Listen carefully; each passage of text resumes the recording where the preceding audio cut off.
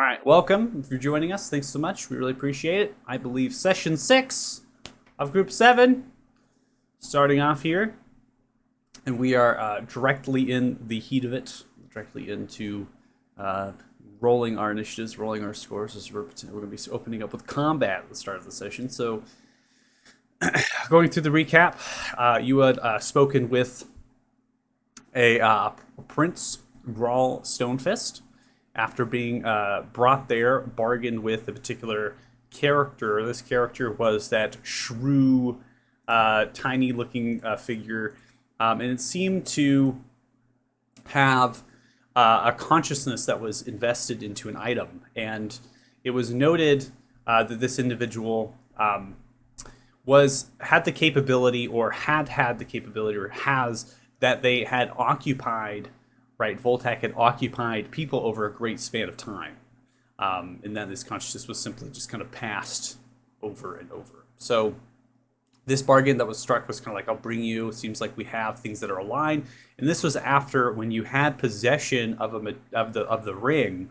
It seemed to probe towards you, right, in this really strong psionic sense, and one of which had failed the actual saving throw, and that unveiled this massive amount of information within your mind to this character, and they kind of probed at that information and then said, bargain, right? Let's strike a deal. Seems like we're aligned in some things here. Now, when you actually got to Prince Grawl Stonefist and you went through the stronghold, it really became apparent of what was, I mean, very defensible. The whole death corridor being brought in there to the throne chamber. It was quite elaborate for how quickly this place was made, showcasing not only the skill but also the militarization and the tactics that they might use. And so, getting to that point and talking with Prince Grawl Stonefist, there was one thing that this prince wanted, and this was in exchange: kill the treacherous Duke. Right, that was really it. Bam. And the arrangement was necessarily the head, right? So specifically the head. And the reward was unhindered passage through the Frosthorn Pass. And then one of you was able to kind of get in, cease interference with the Harak miners in operation. And as that, right, was done, there were these mages that actually cast a spell prior to the statement of that, which was rather odd. That was throughout the whole conversation. It wasn't needed, but then it was needed. So you went and spoke with Pelu. You got allies, right? You were trying to get on board, and then you kind of brought in Elise and attempting to get Elise on board. That didn't exactly go according to plan, and you pretty much just followed through to the manor. And Elise kind of pushed through Elise. You just went in here. You started talking with the Duke, and it went into now escalation of, I believe, a grapple was to be held from the Echo as it appeared, and it was going to snatch up the Duke. So that's why we have rolled our initiatives. It's going to sum it up there. So I'm going to go towards our new player, Deuce, playing Thanos.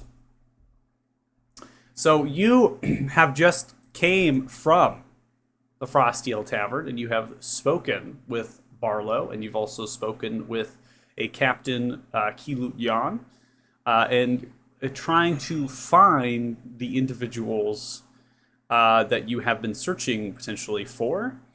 And from your investigations and from your talking, it would seem that there were 5 that were noted, and that they had destroyed a lapidary, and and that they had defeated monsters or something within the actual mine, and that they were helping. Right, they were doing things that were more prominent than anyone else really has done in the village for some time, and so really caught your eye, caught your attention. And so before you headed to the field house, you know that they have been to the Duke's before prior, and so that's where you're checking in here. So you actually come up to the front door. So you're actually at the double window of the front door, and something was strange and odd to you that caught your attention. There's another door that is open over here, and you heard the sound of a horse neighing. So actually kind of a call out of a horse, and shifting amounts of potentially saddles and whatnot to the horse. And so that kind of caught your attention as you're kind of looking up from the bricked pathway through the shrubbery and the garden-esque of this large two-story manor. And so you're kind of looking over there, and then all of a sudden you hear voices potentially yelling from inside, from the actual window door and glass. So I need you now to roll your initiative. If you thought it couldn't get more chaotic, it just has. Now So- Thanos is gonna have to fight the horse while we fight the Duke. Leave no survivors. All right. So we get Maldor isn't sorry. You knew what he was coming here to do. He made a deal. That's what you say.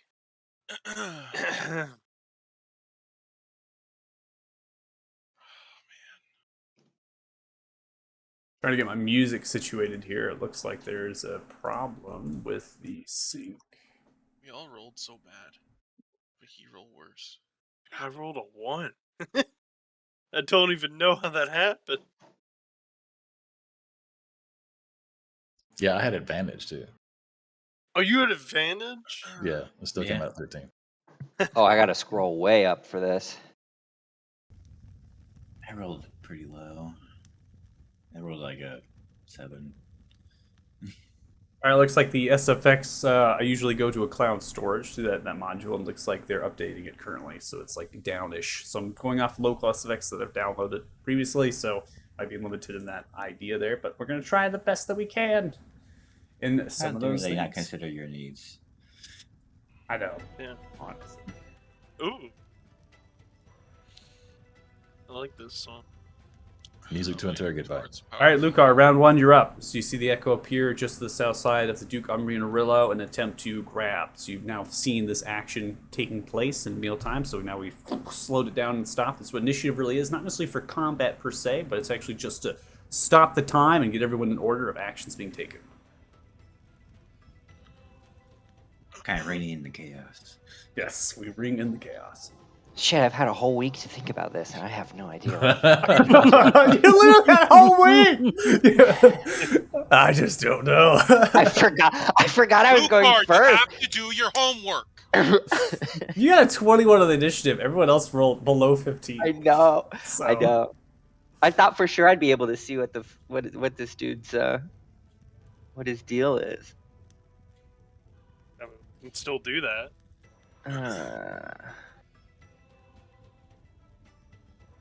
I kind of almost wish he went first. That would have been bad. It would have been bad, but also good. Yeah. So I mean, I came here to do a job too, so I'm going to move in behind him. Okay. And I guess if the echo misses, I'll grapple him Okay. myself. So you're taking your attack there to do a hold to grapple. So you're going to attempt to grapple if the Echo fails to grapple successfully. Okay. Yep. All right. That's it. You're going to end your turn. We'll come to Maldor. Good. Okay, so the Echo was mid tackle. He's actually going to go for more of a shove. He's trying to knock him prone. Okay. So, okay. So yeah, he just pops out and just goes straight for him. Just like, we're going to have a talk. And yeah, he's going to go for the shove attack. Okay. So go ahead and make an athletics check, please.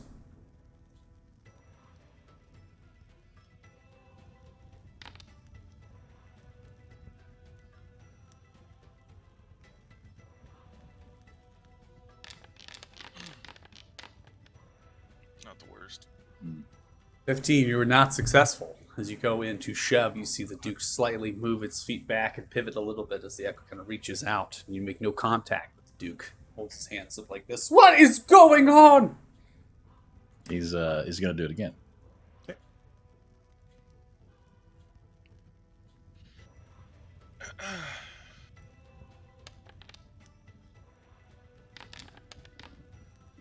All right, 21 is going to be successful as it rolled a nat 1 on the counter and slowly slips upon the rug, teetering backwards. You don't even really need to lay contact onto the figure as the figure is now prone. Ah! It falls back onto the back and puts the hands kind of upright in a kind of a crab position. Unfortunately, Lucar, your hold action won't be successful as it's not really a grapple per se, so you're not really helping in this endeavor. But you're there, and you were attempting to. So, And Maldor's going to take his movement, and I'd like to. You'll have to let me know if this is permissible, being he's prone. But I would like to take manacles and lock him in them as a bonus action. So manacles and restraint. That's going to be an actual action to do so. Okay, well, I'll just take them out and have them ready for. Have them ready. Okay, sounds good. And then I'll end my turn. All right. Thanos, you're up.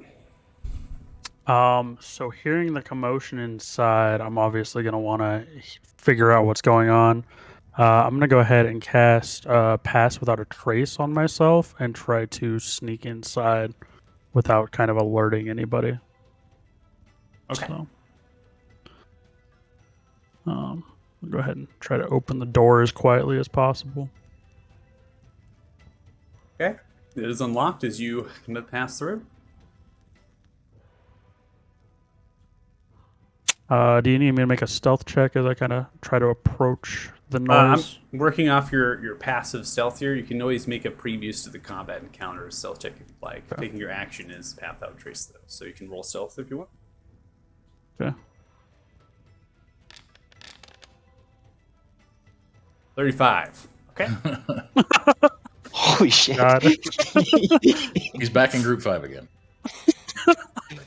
He Uh, just disappeared from our game. So you begin coming in. First off, you enter into a foyer of sorts, an entry chamber of sorts with a staircase that rounds up to a slight landing, then comes back around. Beautiful white marble accompanies shelves, decor, artwork. It's very pristine. There's multiple doors, double wooden with metal etching.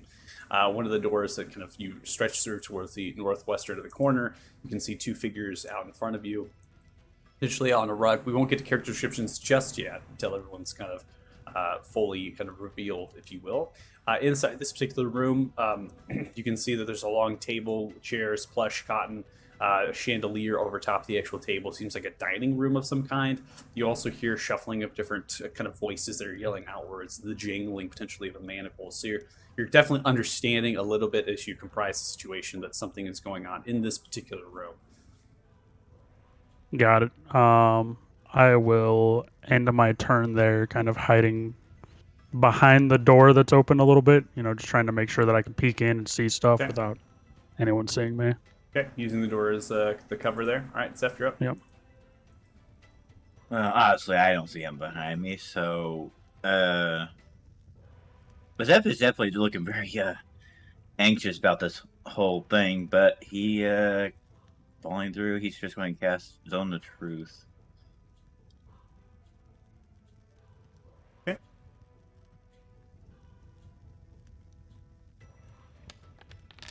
Probably gonna prompt people for saving throws, so you can you can roll it if you'd like. But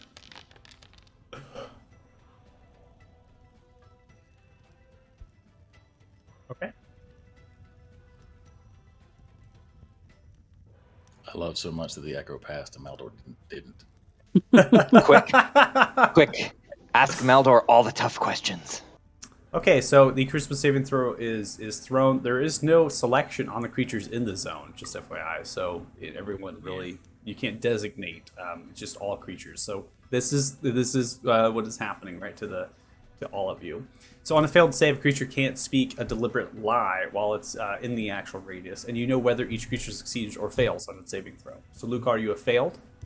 So you actually cannot tell and speak a deliberate lie as of current. And Naldor, you have failed. Your echo technically is most likely not impacted by this because you're speaking through the echo. But Not considered a creature, I think, technically. yeah, it's not. We're not. We haven't reached that. We're kind of figuring that out as we go. So you cannot speak deliberate lie. It seems that Duke Umbreon has succeeded. Well, I'll just dispel it then. That was the whole point. Okay, so you've removed it after casting. Okay. Yeah.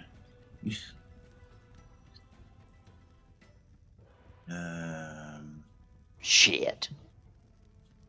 This is going exactly to plan. Fucked. Yeah, nothing for bonus I can do, so. All right, Tegan, you're up.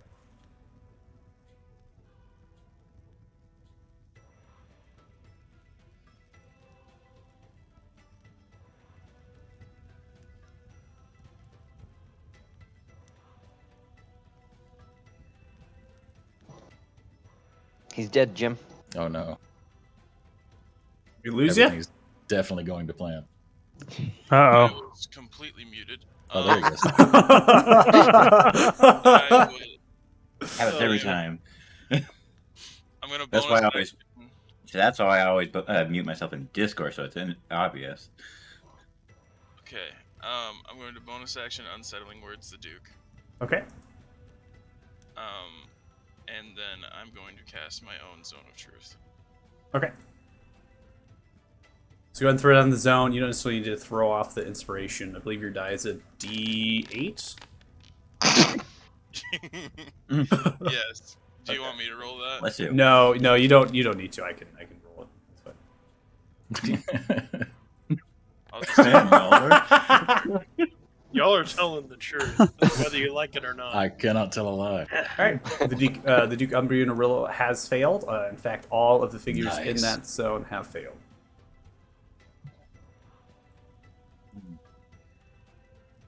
So I guess it was a good thing we had two people that can do Zone of Truth. If I were to ask a question to a creature inside the zone, do they have a chance to respond? They will have a chance to respond on their turn. Okay. But remember, they're not necessarily compelled to speak. It's just that they cannot deliberately tell a lie. Right. I'm just gonna take my movement and kind of tuck myself over here by this door, and then I'll say, "Maldor, don't kill him," and then I'll end my turn. Joke's on you, there's a cave troll behind that door. All right, Ferris.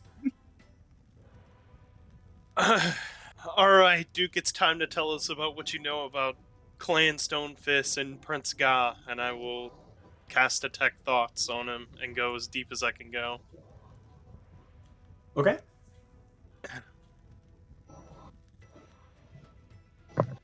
I really hope he's a bad guy, otherwise he's As gonna you be attack very thoughts, violated. you begin to reach out, skimming across the conscious mind. There seems to be quite a lot of fear and confusion, and you're also noticing there's two signs of this in the actual conscious mind.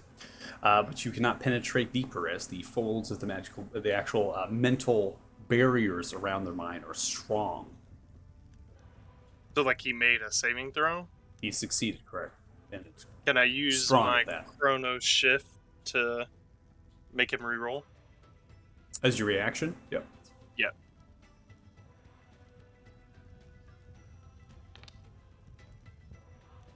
Succeeded. Oh, okay. And that'll win my turn. Okay.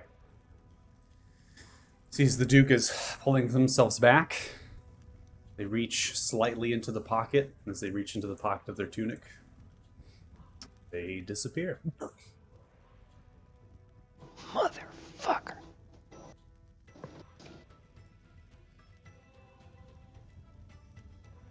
I should have just killed him. Should have kept that reaction. That's The one ring to rule them all. So he physically disappeared. Like the Echo's not holding anything. The Echo was not holding anything anyways. It was a shove. He was Yeah, prone. he shoved him. No no, way. no one had actually grabbed.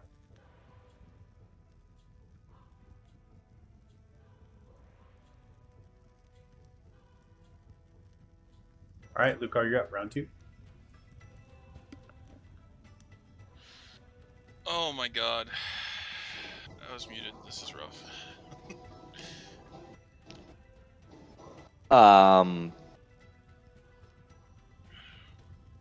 I have no idea. I'm just gonna swipe the air in front of me and turn over to Maldor and just say, "Fucked." Okay. Swipe the air just around you, sweeping. Or Yeah, it's like I don't know if he went invisible or Okay. transported or. Yeah, I mean, I yeah. guess. Can I notice anything or just no? Just You can roll perception. You can take your action to roll perception and attempt to figure it out. yeah. No, let me do that.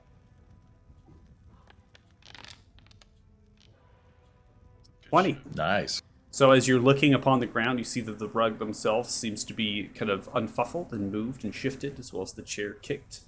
This creature has not teleported away. Pretty sure of it from the perceptions that you're seeing. You're unsuccessful in actually perceiving their exact location, though. Okay, so I'll look over at probably Zeph and just yell that I think he's still here, but he went invisible. And then in my turn. All right, Maldor, you're up.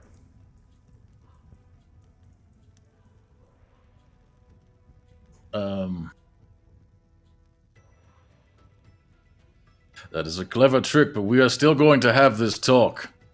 You will tell us of your service to Voltac.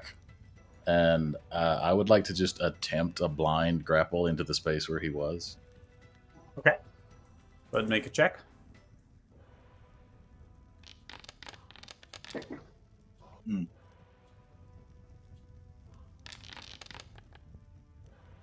All right, you are unsuccessful. Reaching through, you don't grab anything. Okay, and so if I have 2 attacks now, can I do that again? Sure.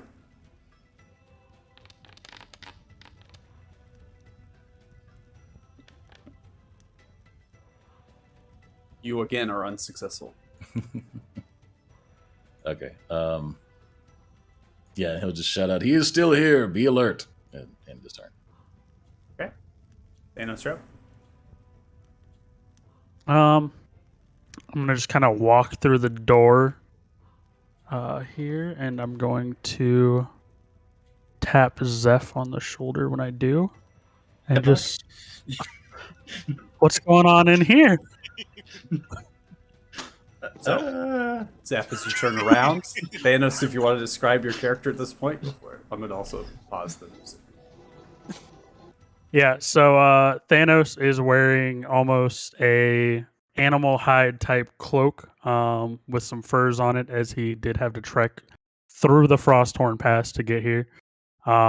He is darker colored, however, he resembles an elf. However, almost more of a smoky discoloration to his skin. Other than that, you'll notice he has manacles just hanging off the side of his belt for easy access, and a hand crossbow kind of in his hand, ready to go, as he's looking around trying to understand what's going on in here. He's also about 30, so he's on the younger side for an elf. But he's definitely focused, like he's been in one of these situations before. Okay, Zeph? Kind of a long story. Short version, we're trying to ask Duke some questions.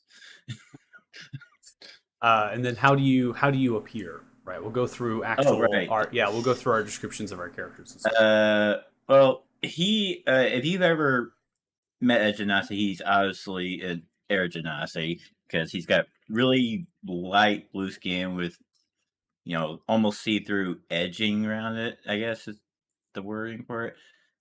He doesn't have a whole lot of armor. He's just regular light armor that doesn't see a lot of use. So he's obviously not frontline. And he just I think I described him when I first introduced him. He kind of light breeze almost. It's barely noticeable unless you're like right next to him, but it's just moving his hair a little bit. Okay. Got it. And then we'll just continue around and go through descriptions. So Varys. So Varys is a freshly adult human, so 17, 18, 19, somewhere in that age. He's wearing blue robes, trimmed with gold. Looks like if you ever go to a palace, looks like one of the boys that grew up in a palace. And the clothes are immaculately clean, way too clean for where they're at.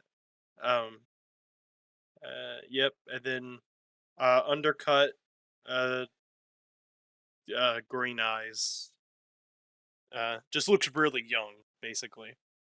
Okay. Tegan. Over towards the north side of the room here, you see a pretty scraggly looking half elf, very pale skin, white hair, blue eyes, wearing a large coat, with a hood on the back. You can't really see many underneath his coat. He's just looking very, very concerned out of what he just saw happen. Okay. Mulder? Right. So, hi. To the far west, you see about 6.5 feet tall, a gentleman with solid silver, slightly glowing eyes with no pupils, long black hair with an undershave, kind of loosely tied back with a simple leather cord. He's wearing a dark gray steel chainmail, a simple gray cloak tied around his shoulders. He has a rather prominent fist-shaped amulet around his neck, and a rather large greatsword on his back that has these sort of bony protrusions around the hilt that seem to have been broken or scarred in some way. And directly to his right, you see a very similarly shaped figure, but absent of most facial features, just wreathed in shadow, shock white hair instead of the jet black, and large necrotic leathery wings spanning from his back, and just a seemingly constant just cackle of madness coming out of him. Reminds me of home. And Lucar. Okay, so Lucar is Dragonborn, which is very, very obvious. He's conspicuous as hell. About 6'4", 275 pounds. Of course, head resembles that of a dragon, humanoid torso, blunt snout. Thick locks that begin behind the brow bone. He's got golden glowing eyes and a glossy, like white flesh, kind of warm to the touch, covered in fine scales that give it a sort of leathery texture. The scales are mostly like white as snow. Some are translucent crystal that like brilliantly reflect external light sources, and a few of them have their own kind of shimmering internal light. The larger of his scales are concentrated mostly on his shoulders, forearms, thighs, lower legs. His armor is like a series of kind of buckles and leather pieces and plates of just regular silvery metal that complement the location of his scales. So you can, like, some of his chest is exposed and all of that. And on the middle of his chest, sort of around where his heart is, there's a unusual like amethyst gemstone that's deeply embedded in the flesh there, with a pattern that radiates outward, like in the shape of like tendrils of a vine. The color of that pattern, which is like tattoo like, matches that of the gemstone, and if looked at long enough, the pattern has like a little bit of a soft pulsating glow. And then of course he's got like talon like claws on both his hands and his feet. So Okay. Awesome. All right. I'm going to go ahead and get the music kind of back on here. Back into combat. fucked. So which one's the Duke, sir? The one who's invisible. You're really giving me a lot to go on. General whereabouts, anything? Like, can you point me in the direction? Somewhere in that corner. All right. I guess I will go ahead and is Zone of Truth visible? Does it make an aurora of any sort? They're not necessarily an aura per se. You couldn't really see the zone itself. And it's, I believe, according to the spell, I think it's similar in the sense that this sphere that's created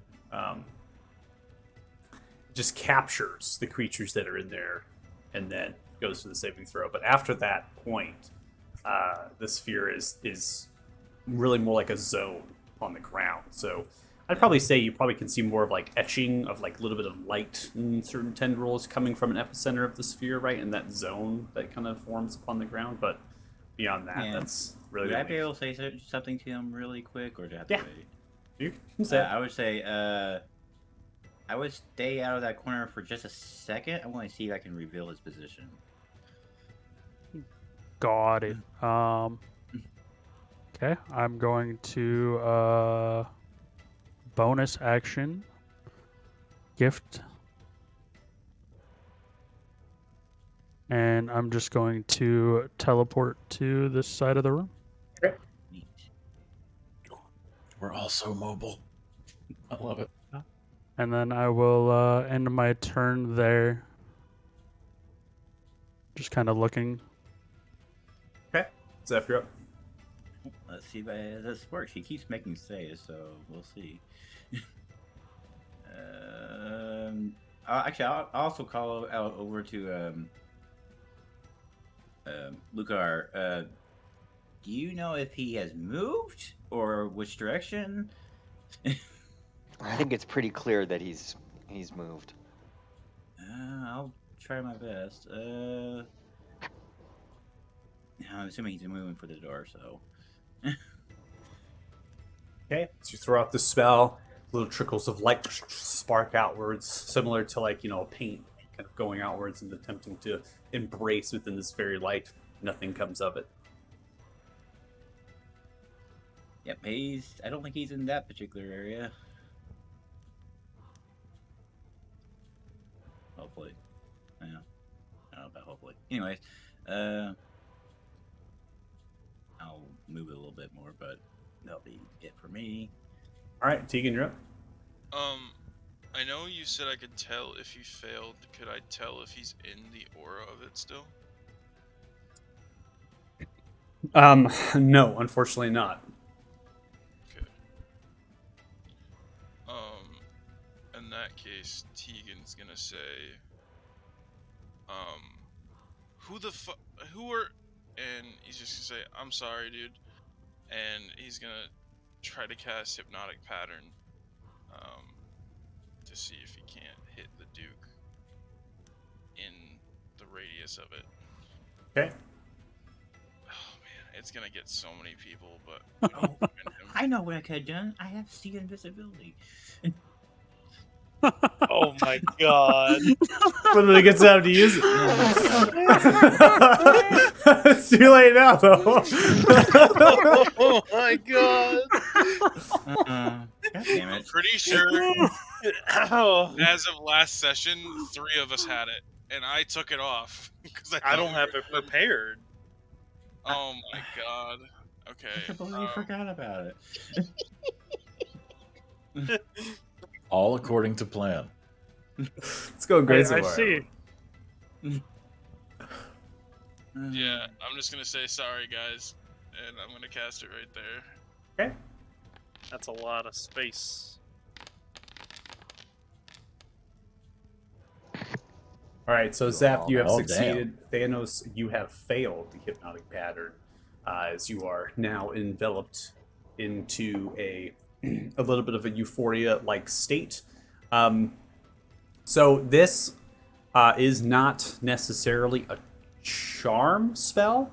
So we get into the realm of Fey ancestry that is purely for the charm spell. This is more of a charmed effect, right? You're not necessarily charmed by anyone in particular. So the advantage you would get from your Fey ancestry does not actually apply to this condition per the rules as written. So you're just kind of caught within the euphoria-like space, and you become kind of charmed, incapacitated, your speed is 0. And the best way to describe this is now you see just butterflies and rainbows all around you, and it's very much like the I don't know if you ever watched the Tenacious D movie before, where you eat some magic mushrooms with Sasquatch, right? That's kind of what's happening. All right, that's it. I don't feel anyone else get affected by it. Nope. Do I have an understanding that I would have felt any invisible creatures get affected by it? No, you would not.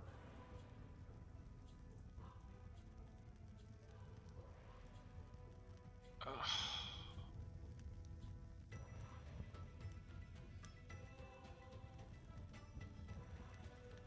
Okay.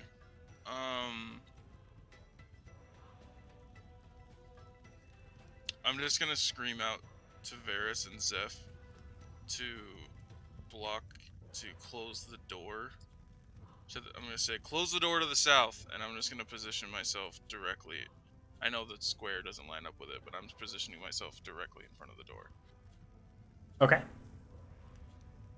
And, that's it. I'm gonna end my turn there. Okay. All right, Varys, you're up. Varys is gonna run to this door and close it, and then let me take a gander at the spells here. I mean, yeah, I can go for it. Let's see. Oh wait, no, that is to be. Yeah, never mind. That won't work. Let's see here.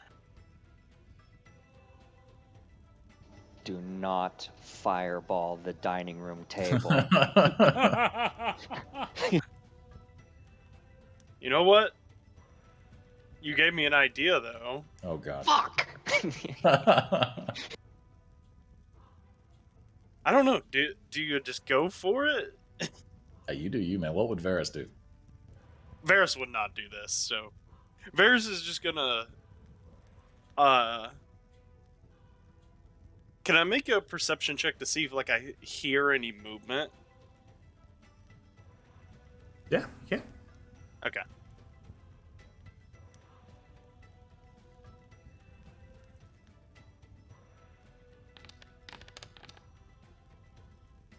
And you hear the shuffling of feet from your party. You also hear just kind of the casting and the somatic and verbal components that have undergone. But beyond that, you don't hear anything else besides the servants who are now kind of looking in the direction, one of which has come into the crack and nook and look and what's going on here?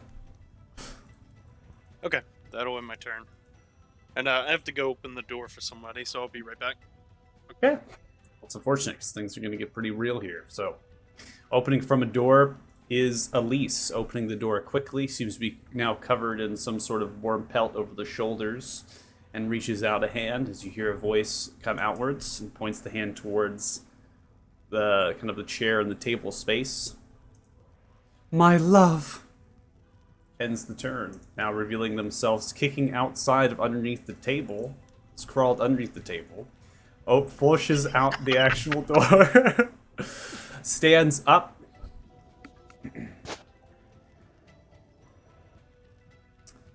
And Misty steps into space. Now I'm going to put it here because that's the visible space that they could have seen. So they Misty step inside of the crack as they looked through the door and stepped underneath the cupboard that is above them there.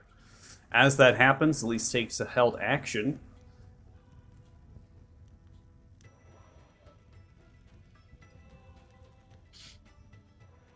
And throws down a magical darkness.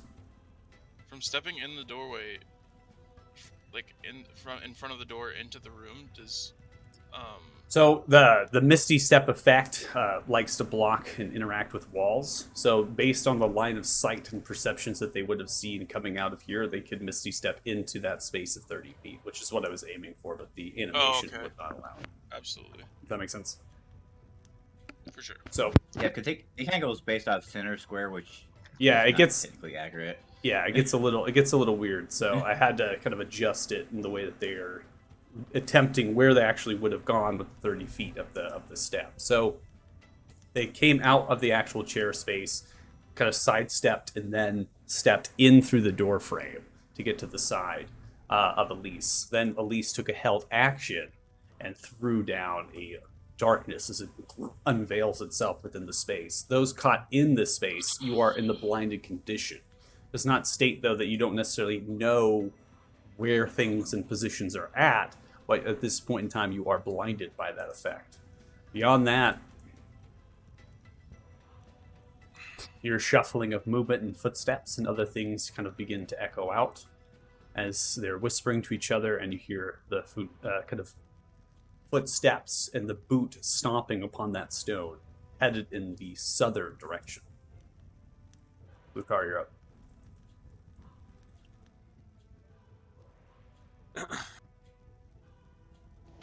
Okay.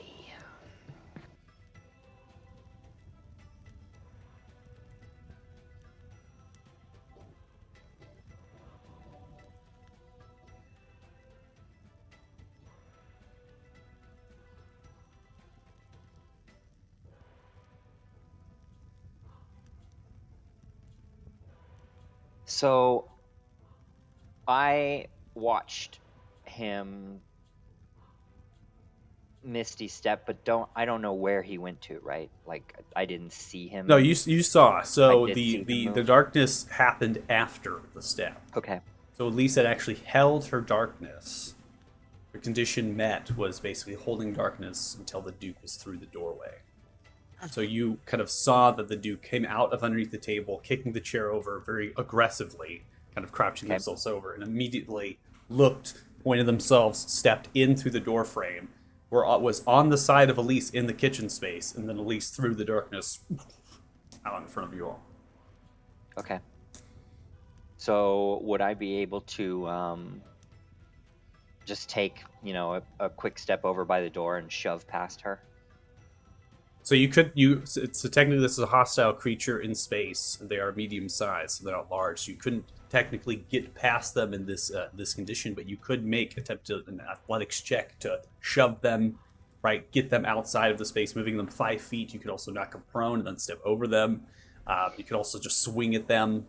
But Or if I you're could Misty attempting, Step behind her. or you could Misty Step. That's right. You could Okay. try to Misty Step, but the problem with it is you are in darkness, so you actually can't see out of this space. So the issue here really pertains if you Misty Step, you actually have to see the space it is that you're stepping to, and you cannot see that space. Okay. Well, I'll just do an athletics check to shove past her.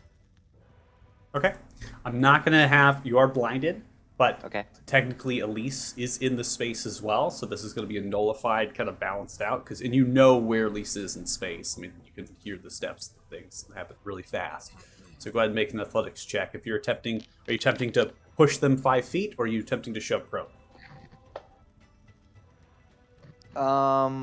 Push them 5 feet.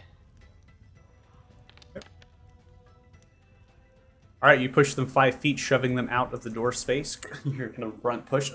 She takes the blow. Okay. And then finish step into her spot.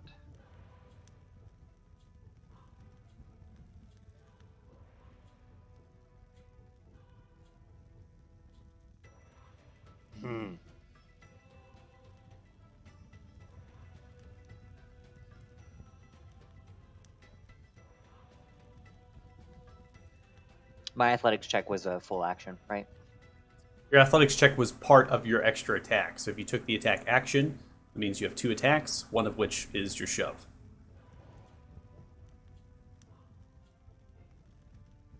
Okay. I'll hold my other attack, just as either defensive or if they try to move away. Okay, so you're calling the hold to say if Elise attempts to move out of your threat range, you are going Yeah. to take. So one thing is that you can take attack of opportunities against a character. You could do a grapple as well, an attack of opportunities reaction. Yeah, no, I would grab her and attempt to, hold her. So you're doubling up. You're basically being like, I'm not leaving anything to chance. So if I can't get it with Yep. the attack, I can with the hold. I'm going to get it with the reaction with attack opportunity. Okay. Yep. Just want to clarify that. And you are blinded as well in the space. Elise is Okay. not being outside of the space. So just be aware of that. You can always shuffle, if you'd like to, over the top of the tomatoes, pulling yourself out of the darkness, and you will still be within threat range and be outside of the darkness. Okay, did I still have movement left? I thought maybe not. Yeah, you have a lot of movement left. You've only gone like 5 feet. Okay. You can also go here if you'd like. You can be on the south side. That's a cupboard, so that's a cupboard above. So you can be underneath that. Your choice. On the tomatoes is fine. Kind of Okay. looking around confused, wondering where the Duke disappeared to this time. Yeah, I mean, you've come out of the darkness. It's really a guesswork at this point because you've never really seen the kitchen. So it makes a lot of sense just to pick a direction randomly and go for Yeah. it. Okay. Maldur, you're up. All right, so the Echo is going to go chase after it immediately.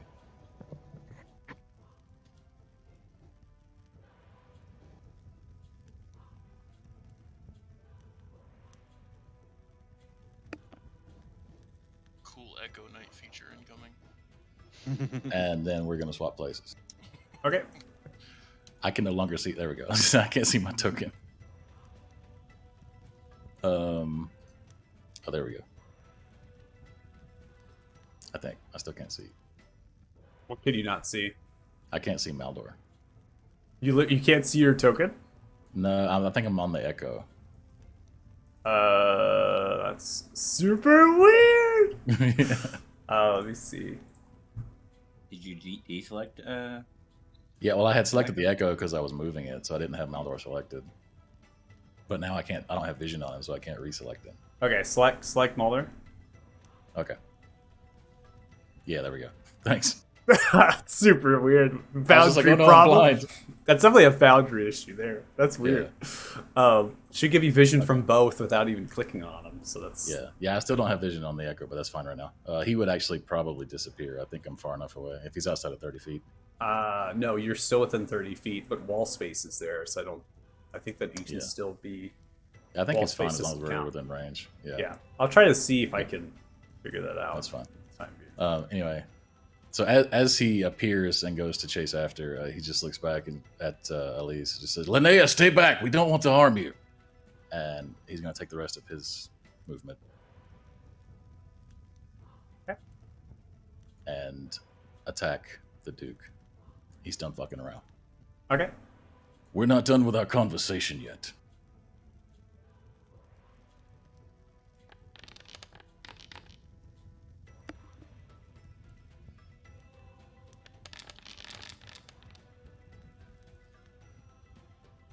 Oh.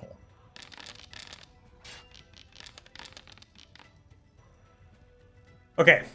So going through the rolls here, so 17, the attack with the greatsword is going to strike through. You do 12 points of slashing damage. You come across the shoulder, ripping into the tunic, revealing that the character does indeed have armor underneath on the actual tunic and clothes that they're wearing.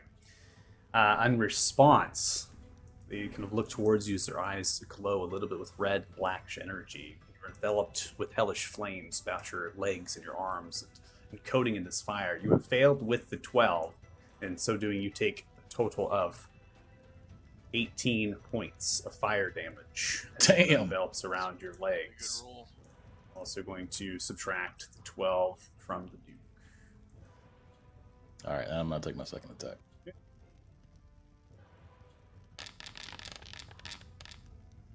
13 is not going to land as you see the zoo kind of sidesteps, moving out of the way, adjusting their body position as the greatsword strikes down into the earth. And that will end my turn. All right, you now come to Thanos. You are still in the hypnotic pattern that has not been ended by Tegan. So Tegan, you have maintained the hypnotic pattern effect, not dropping concentration on it. So you are in this effect, and the spell ends for an affected creature if it takes any damage or if someone else uses action to shake the creature out of its stupor. But beyond that, you do not get to repeat the saving throw. So we're ending your turn.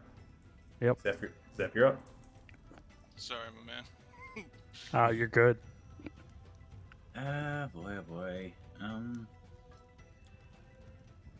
not in a good position. I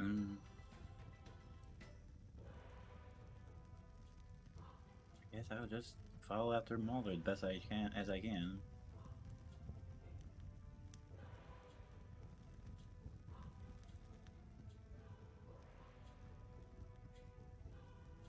I'm dashing, honestly, because Okay. I wouldn't really have. So that's 40. I have 70, so.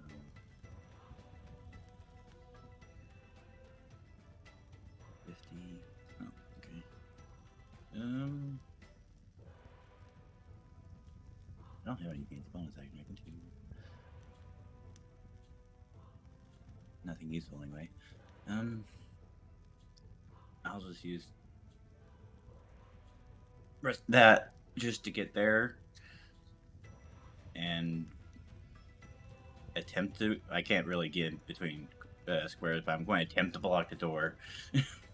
Yeah, the door is a double wooden door. It definitely takes up 10 feet as it's wide, it's large. It's similar to a garage door in a way, right? It's very vaulted and large, fitting into the annex of this kind of corner, which is where the Duke seems to be headed. You can occupy that space and block that space, but there's still a space to your other side. The door itself is slightly kind of opened. It seems to be intentional that it was unlocked and opened in a way, right? So it's freshly swung. You can attempt to shut one side of the door, but they definitely both kind of come together, barn style, like the lock is not on this side, but the other side. Does that make sense? Yeah. Can I go through two others? How much movement did I just use? Damn it. You've gone a total of 40 to get to one of the spaces there, and then you've gone 60. That's 60 feet right there to get there. Your movement speed is 35 feet in this Air Genasi, so you have an additional 35, so 70, so 10 feet left on a dash.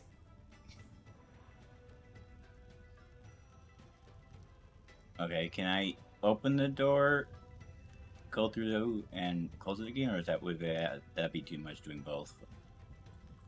As a free action, you can get the door completely wide open, but shutting the door and potentially locking it is not going to be. That goes beyond the free action space. Yeah. You're taking your free action to open the door or step through because you've dashed as your action. Really, only it's left as a bonus. And this particular lock, when you come to it and see, it's not necessarily a bonus action once you have it.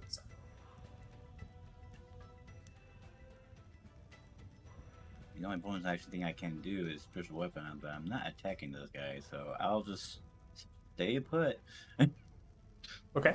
Just like, oh, arms open, try blocking, but not really blocking.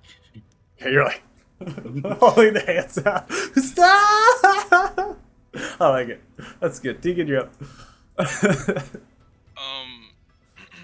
Two questions for you. Can I pass through a friendly creature?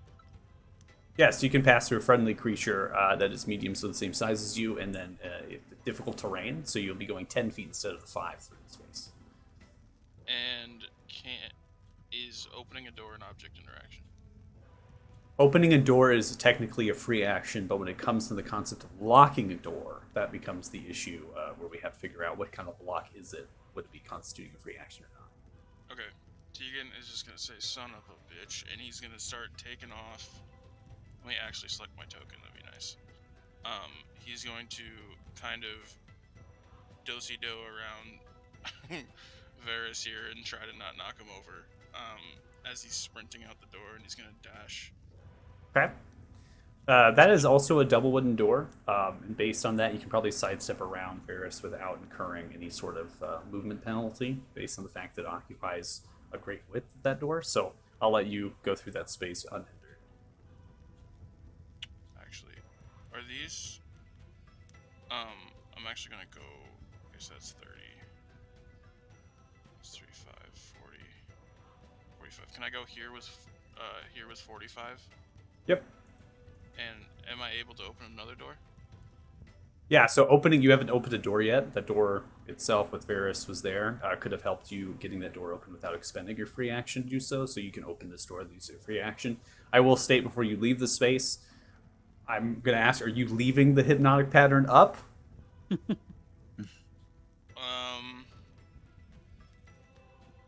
To be fair, some random dude just rolled in. He got caught in the crossfire, and he kind of just left him alone in there with Varys, who's very squishy, so he's probably gonna keep it up. That's fair. Unfortunately. Okay, all right. He's gonna run through here, and I think I have 15 left, right? Yeah, you got 15 left. Let's hop in there. Okay. So, Tegan, so this room is similar to like a coat room. So inside you see there's shelving as well as other sorts of kind of drawers and things. They're filled with like stabling materials, so like saddles and leathers and bridles and whatnot. And then to the north, there's large grain wardrobes, and those are closed currently. But you imagine there could be long coats or warm attire or things in there. And then the rug, particularly the one towards the western side of this corridor or room space, it seems to be dirtied and muddied, right? So it's been kind of tramped on, potentially boots and things. And there's also materials in nearby to potentially shine boots, clean boots. Gotcha.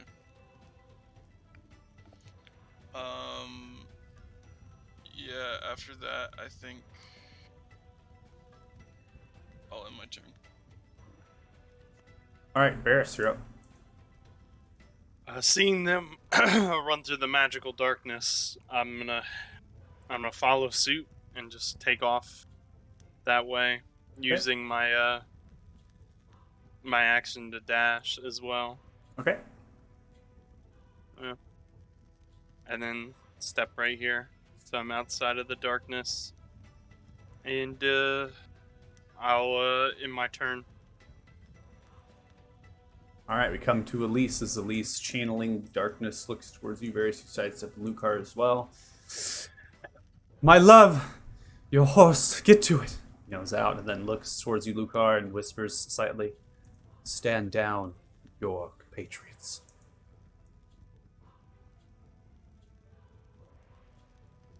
Whispers that to you. Maldor and Zeph, you don't hear that. Varys, you hear it.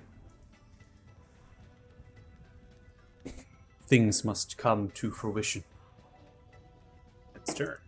Now come to the Duke. Duke is going to take an action to disengage. On disengaging, swings the door open. Horse freshly bridled and saddled, tethered. Cannot disengage from me. That's correct. So I would like to take an attack of opportunity. Yeah.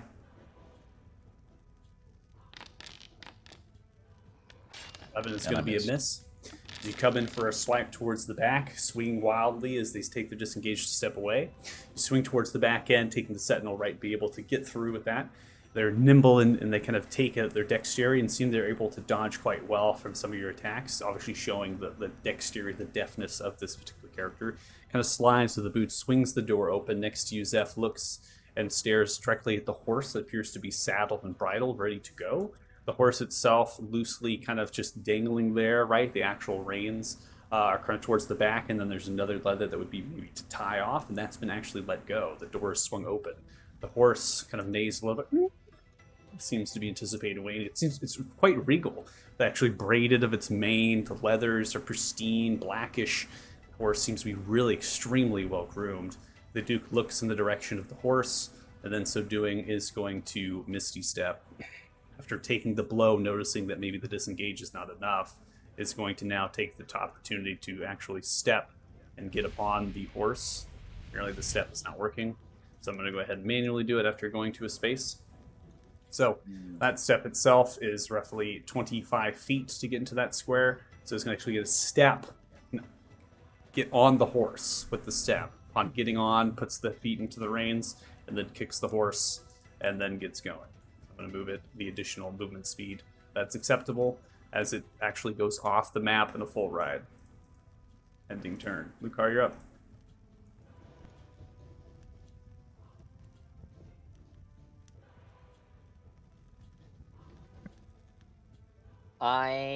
In response to what Elise said to me, I'm going to cast Hold Person on her.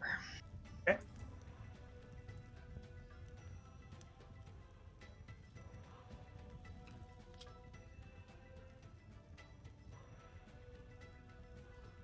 All right, seems to be held. And in doing so, the saving throw seemed to be intentionally failed. Intentionally failed. Intentionally failed. So doing that, Interesting. even if she made a saving throw, she would fail it. So there's letting go of the barriers of the mind as you throw out that effect, right? So they kind of almost they anticipated it, right? But their hands go, yeah, exactly. Interesting. So then I would just ask her to elaborate what she means by things must come to fruition. Okay. I'm also going to drop concentration of the darkness. So that is removed. held, she just kind of paralyzed in that sort of effect, and just staring off in the direction. All right, Mulder, you're up. So he is like completely out of my visual range at this point, like gone, or So what you can understand distance-wise from you, currently about, given the movement of the Duke onto the horse, transitioning, getting that movement of the horse sublet, they're 70 to 75 feet away from you currently. You can see them on the horseback as they're on that trail, but they're curving now towards the main path of the dirt road of the actual village. 75 feet is within my threat range. So yeah, knowing if I had any visual sight of them all, Maldor's he's going after him. Okay, so Maldor's going after. All right. So for this, we're going to go Please. ahead. I'm going to get the tokens revealed, and then I'm going to go ahead and put on to a space. I'm going to note the distance as far as your travel and as their travel. 25 feet here. And mark 25 feet here on the elevation gain. So we don't transition maps, so we can keep on the same one. And then, so you're getting to that point of 25 feet, right? Yeah, well, so I can move 30, and then I drop the Echo at 15 out, and then the Echo can move 30. So I have 75 feet of like getting him into position on base movement Okay. and a bonus action. Okay, so I'm going to put you here then, and then I'm going to note you at 25. So we'll have to do theater of mind for this, but we're going to put you in Sure. positions here. Okay? Okay, so then I would summon the Echo next to him. Okay. So you're having the your echo go towards him, but not Yeah, yourself. essentially, I would still be 45 feet away from him, but the Echo would be like I would move just close enough to maintain the Echo, so 30 feet away total, but the Echo would be right on top of him. And the Echo is going to attack the horse. Put you here. Okay, go ahead and make a swing at the horse. Can I Move. target the horse? You should be able to press T there for we go. target, of course. I'm going to move the Thanks. Duke off as well. Yep.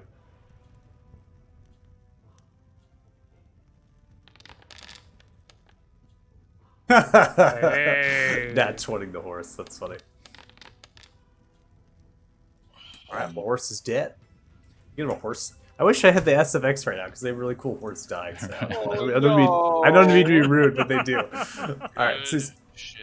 all right, so as you come down top of the horse, you kind of come for upper strike. So it kind of slides itself back through the actual clavicle of the chest, lopping into the horse. The horse drops down onto its legs and then slides. At that point, the rider is kind of thrown off. So the rider itself is going to be in a prone condition, the Duke anyways, and the horse itself is dead.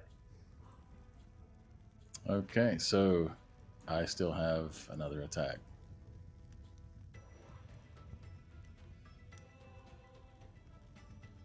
There we go. Good target. So the Echo just starts cackling. It's just like, we're either going to have a conversation or I'm going to take your fucking head. And this is an advantage, right? Yeah, the prone Thank you, condition Almighty. from Nice. the actual rider. Yeah. All right, 19 is going to hit. 12 points of damage dealt as you slide into the prone Duke, kind of coming across one of the legs, slicing through. Unleash Incarnation. Attack Oh again. my god. You're just gonna kill him. You're just gonna kill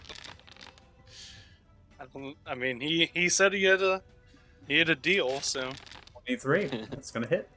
11 points of damage dealt. You slice once more through the chest, kind of towards the back end as they're kind of turning around from the blows. The Duke is bleeding now, profusely upon the snow. Action Surge. He attacks again. You want him alive, right? God! Baldur doesn't want the Duke Not alive. gonna right be now. alive. he does not. want 14 to- damage dealt, slicing through. This is your last chance to talk. Attacks again. Not really given a whole lot of opportunities here. Slicing through.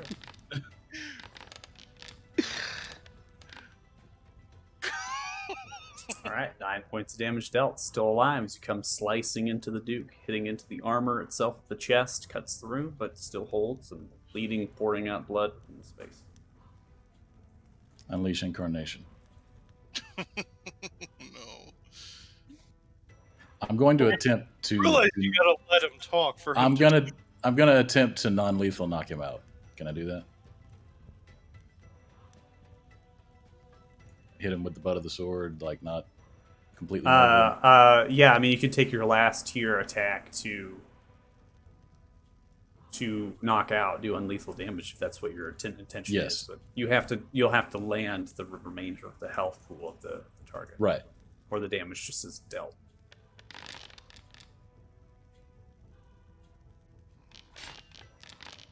Oh my god.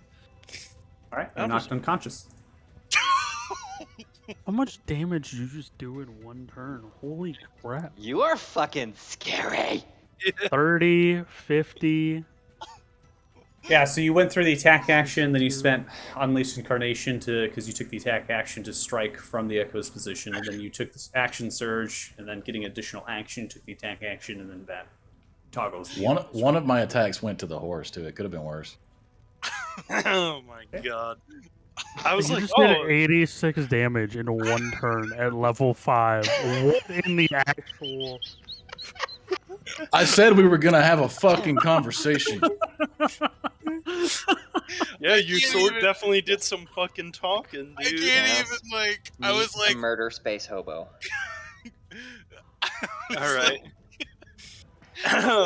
This last hypnotic pattern is gonna be our only chance, and then Maldor just teleports in front of him and beats him to death. Well, I was like, oh, if worse comes to worse and Maldor doesn't kill the horse in one shot, I'm just gonna fireball the whole thing and make sure he can't get away. Oh my god, I'm so dead.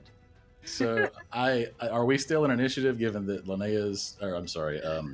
Elise is held, or can I would like to manacle him? Well, we're gonna get to that. So because otherwise my turn ends. yeah, no. So this is where we get into the kind of we're gonna get to the stage. The reason why we kept the initiatives in addition to that is because I anticipated, when we have limitations of map space, you're gonna notice the way that my maps are designed. A lot of them are very specific, and in addition to that, the campaign was actually wrote for Theater of Mind a lot of the ways. So the maps are, crafting through. I can't anticipate every avenue of what we might go through.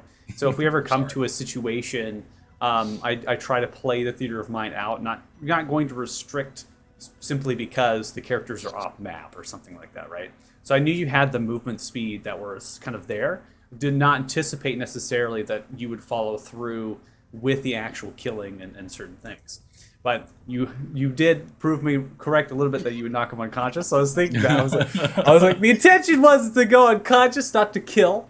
So now that they're unconscious or killed, right, whatever condition was met there, we now come into a situation where do we want to keep our initiative there? And I simply ask, and are we going to be taking any hostile actions towards Elise? That's the condition. So obviously, Thanos, you're still in your stupor. You can't really make that kind of call out. But for Varys and Lucar, you both are there at Elise, and you have seen that this has happened. And then for Zeph and Tegan as well, right? So it kind of leads to it. Mulder, it seems like you want to end combat. Yeah, he would just move to tie him up, shackle him in manacles, and move back to the party. But it's based on your characters Yeah, I mean, and what I they've don't- seen. I so- don't want to attack Elise, but I don't know what's going on outside. So my next thing would to go outside and see what's going on. Okay, so that kind of gets your vote there to end combat, and then Zeph. I definitely wouldn't be attacking anybody. I've been doing my best not to do that anyway. Yeah, So, that's what it seems like. Okay, makes yeah, sense. so I would be walking toward Mulder and the Duke because I wanted to make sure the Duke is alive. But... Sure, I got you. Okay, and then Tegan. Tegan, his number one priority is just getting line of sight on the Duke, so he has no ill will towards. No ill us. will towards Elise. No, we would take combat actions anyway. Okay, initiative and combat has been in. So we're free to move, however. You are free to move however you so please. I'm not going to get the wind howl on. I'm anticipating you all entering back into the manor anyways. So Mulder, you begin to manacle. Getting the manacles on, there's no real roll here or check to be made as the creature itself is unconscious, so it can't really fight back or kind of struggle against the manacles. So you're able to get them manacled. So I'm going to go ahead and put just a restraint condition upon them, kind of noting that they are restrained by the I will note manacles. The Echo is going to be disapparated because he is actively trying to cut the Duke's head off, and we're having a bit of a struggle, but I send him away. Tegan's snap reaction, just seeing the Duke in his pile of his own blood, just goes, "Did you kill him?" He's alive for now. Maldor, I need you to gag him. He's a magic user. That's a good point. So we'll gag him as well. Well, I It's can. going to be hard to question him if he's gagged, though. Yeah, we'll Yeah. take it off whenever we talk to him, but he's Yeah, that's fair. unconscious. Yeah, it's gonna be a bit before he regains consciousness, though. It's going to be like a week.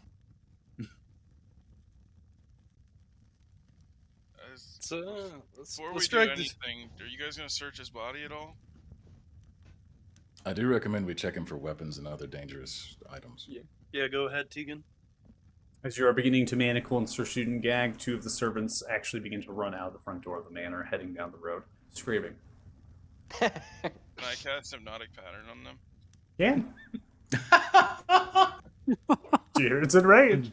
I love us so much. You will drop concentration on Thanos. Shit happens. Meanwhile, he's just like, thank God. All right, they both have failed. What happened they to are the rave? Or charmed maybe, and yeah. incapacitated. Maybe he's like, I miss the rainbows. Bring them back. Hey, The Zeph. butterflies. So you see as you throw down the illusion, you see them both kind of slowly come to a stop, and they just like not move and cycling through. Temperature itself out here it's chilly, 23 degrees Fahrenheit, and they do not have warm clothing and attire on. I'm just gonna say I have to go deal with those two. You two go. Yeah, clean him up. We're going to drag the Duke inside. To a Yes, private Ferris? conversation. I'm gonna ask Zeph. What was that dude who came in the room? What was he all about? I have no idea. All right, He let's came out get of in. Let's fucking get this nowhere. Duke inside. Just to Like, clarify, I'm taking He my literally these two up. appeared out of thin air. Or the cook in the room The cook. backtracks, Prone backtracks, right. and throws out, hides in the corner. Please don't hurt me, please! No! Oh my god. The... All right. So how does hypnotic pattern work? Do I know what happened? Like, did I? Yeah, understand you know, that, you or- understand after the effect ends that you were in a charmed-like condition and that you are aware of what has now happened. It kind of floods into you in a way. Cool. I am going to actively find a dark shadow to hide in, and just wait. That is an appropriate response to everything that just happened. So all of here, Wise obviously, man. you're a Gloomstalker here. Nothing in here is complete and utter darkness, so nothing really reaches the invisibility condition as such. A lot of light, a lot of lanterns, the chandelier, the fireplaces. It's really bright, and it's also daylight outside currently. But you find that corner, you still pass out Trace, and you kind of hunker down. Go and make a stealth check.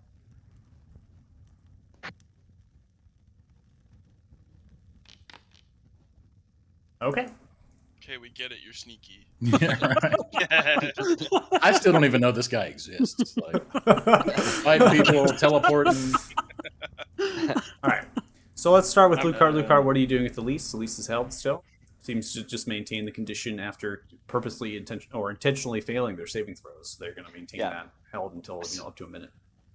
So, getting, the impression that she just surrendered here, I'm going to, ask her if her and the Duke are our enemy or if she intends to cooperate. The creature is in a paralysis-like state. Unfortunately, they cannot communicate necessarily. can't in that speak? paralysis. Yeah, paralyzed. The paralyzed creature is incapacitated and can't move or speak. I don't like the way you keep saying the creature. I'm just reading the rules. Well, as written, while, sorry. while she's held, I know she's you're not held, meaning anything, but it's triggering my paranoia. can I move her, like, Yeah.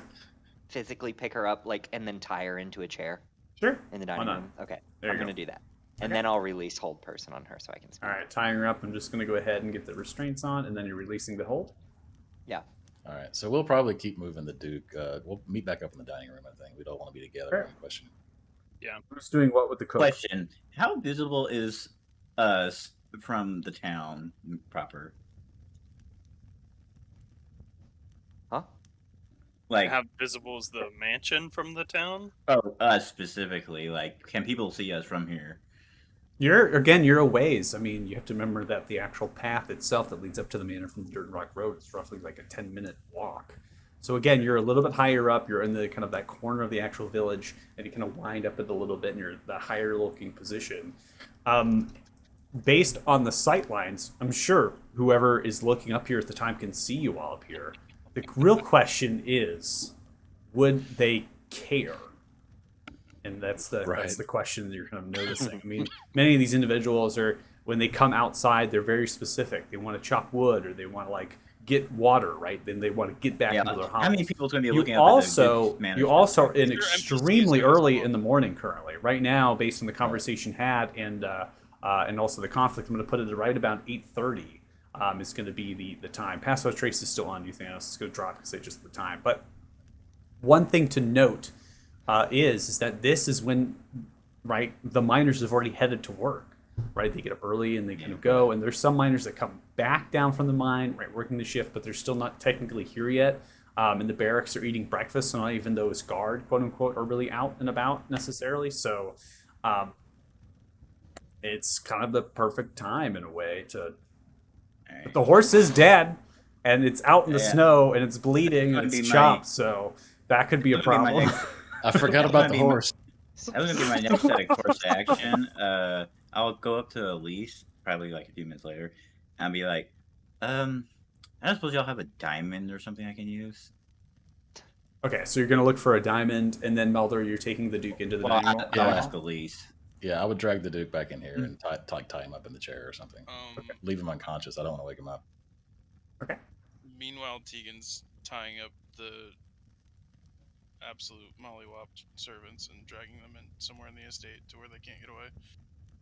Okay, so by restraining, Full hostage so sit. after you restrain them, that is going to be enough to awake them from the pattern. You're just not going to shake them. So when you're kind of tying them up, they're getting moved and rotated. So as soon as that starts happening, one of them starts kind of yelling, and so you have to cup their mouths a little bit, pull them back into the space. I'm going to get them into the foyer at this point. And I'm not going to really kind of go through the roles of the motions. There's not really much of the modifiers that they have. So unless you roll a nat 1, then we might have problems. But beyond that, I'm going to get them into the restraint condition and yelling outwards. The howling wind, as well as the snow that's falling down, deafens their voices as you shuffle them into the foyer. And now you have your choice of where you want to put them.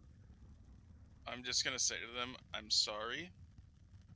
I didn't want it to come to this, but we're here. And I gag them, and I'm gonna bring them into the dining room and plop them in the chairs. Well, that would be useful because if we get any answers, at least we'll have witnesses. Who's doing what with the cook? Cook terrified in the corner. I He's don't even screaming. think I knew that the cook was I wouldn't there. have noticed. The cook is literally screaming right now, so you have an idea that the cook is there. Oh, he's just Yeah. screaming in the The background. cook is in the kitchen. You had to walk back through there, Varys, unless you went the other way. So you could Okay. it's just I'm gonna go screaming in there. currently. I'm gonna go in there and basically say, "Will you kindly come into the dining room with us, please?" Roll persuasion. Yeah, I'm so good at that. Does he have advantage because that guy's terrified? Yeah, I don't think so. Yeah, I'm not sure how that's. I think that would be disadvantage. Yeah, probably. No, I'm not going with you, please. Makes way for the door, begins to run. I'm gonna cast Hold Person. This poor cook. I can't let them get out of here. Throw it out there. This is like the bank robbery I mean, that we just should went just incredibly send- wrong. Should just send them to Palin. They've succeeded with the 19, continuing to run. Deacon, can you stop this guy? Fine, I cast Old Person. Okay. What did I come in? I really hope Welcome. that And the to Duke make doesn't sure they transform. fail, I'll go unsettling words, and I just say, fucking stop. Oh, you're targeting yourself. That's funny. Hold on. I'll maybe roll the save. I think you held the two Yeah, servants. you concentrated. Yeah. They did fail, so they are held. I won't put the condition on it, but they are held there. And imagine you're doing the same thing with the others. Just tying them up and bringing them into the dining room. Now put the cook with the servants. Yeah, for sure. Tegan Oh, is they're in over the there, corner yeah. just going, what is going on? What is this turned into? I don't know. Everything's under control. Nobody's been murdered yet. Hey, Zeph, you I don't want to hear yet. I want to Hey, hear Zeph, no you one's wanna- going to be murdered. You want to wake this Duke back up? Let's talk I to think- Elise first. I was about to So- say we should probably so- ask. She So Elise has been quiet at this point as you've kind of moved the servants in here. The servants themselves, if they're not, they're crying and sobbing. They're showing great emotion here. They're not. You're kind of keeping quiet at this point, knowing that they're restrained, being locked together, seeing also that the Duke is unconscious as well as Elise is restrained. Kind of adding to that realm of being like, really no sense in screaming at this point. No one is going to hear us in a way. So Zeph, you approach Elise and you're looking for a particular diamond. Elise looks towards you and shuffles the hands and kind of notes that there could potentially be a key right in a pocket towards the actual vest that she has, and says, "Take the key. You'll find some diamonds hidden away in the chest of the Duke's chamber." and I'll just straight up tell her. So like, I suppose I should ask because I'm not trying to steal anything. I want to use the diamond to revive the horse. Sure, Tal will greatly appreciate that. Okay. And I'll. What's the time limit on revivify? Oh wait, I didn't have a diamond, so I didn't prepare it. Damn it. All right, well, there's no sense in getting the diamond out. Well, So again, are we leaving the horse out there bloodied and dead, or is someone cleaning it up? I'm not strong enough to do anything with that horse, so that's up to y'all. Lucar had something going with Elise, so I'll go deal with the horse. Yeah, I mean, I so again, like what I was gonna Yeah. ask her when she was held was like, you said to me things must come to fruition, and are you our enemy? Will you cooperate and elaborate?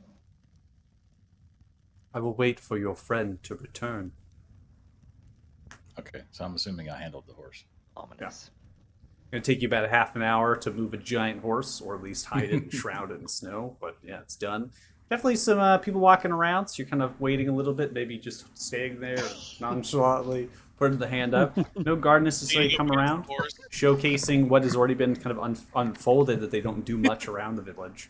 And so you're just kind of nonchalantly going about your business, and you come back after about half an hour. At least as soon as you step through Maldor, at least begins to speak. You all are idiots. Absolute fucking morons. Agreed. The request was for his head. I kept him alive. Should I have done differently? Gotta mute.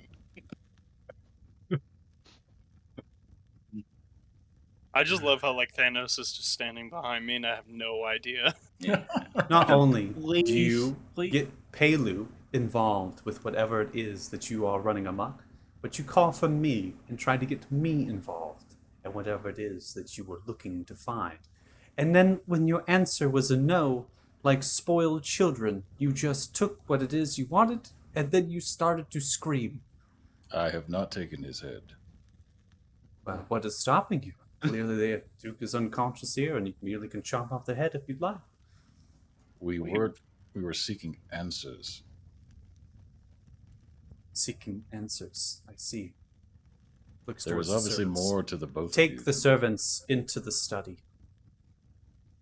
Notes them by name. You all will be safe. No harm will come to you, and you'll be compensated. Go along willingly, and nothing will happen. I'll join Tegan and escorting the servants into the study. I just look at Varys as removing them, and I just go, "Fuck, are we doing what? Are we doing what? Are we doing?" We're part of a group. We're part of a group. That's where the study is. Both simultaneously just having a absolute internal crisis. Yeah. So inside of this room is kind of like an entertainment kind of pool room, a little bit of just a lounge, and then when you come into the actual here, this seems to be kind of a library or a study, perhaps not necessarily the Duke's private study. It could be one upstairs, but it's more of like a public where there's kind of light reading and fictional type stuff and things, and you're able to get them lashed down into the chairs, and one's obviously a day bed or some sort, but you get them all lashed down, you get them tied up, and at that point they're not they're still sobbing, but they're not resisting in any way. They're just going with the flow, with the stage, not attempting to get themselves killed. Listen, we have no quarrel against y'all. We'll be back when we get our answers. Just stay calm, and I'll walk out and head back to the dining room. Tegan just says, "I'm truly sorry. This is not how this was supposed to go."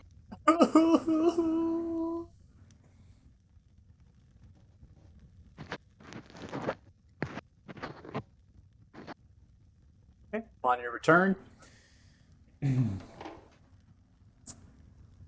thank you for sparing their lives. We're not here to kill anybody if Oh, it doesn't really? come down Hold to on. that. Didn't your friend just say taking the head of the Duke? Yeah. In but my the key- vocabulary, that means that they would die, right? All right. Well, I'm gonna need you to sit down and listen. I am sitting down. In fact, I'm tied, and I am listening, so go ahead. The request was for his head.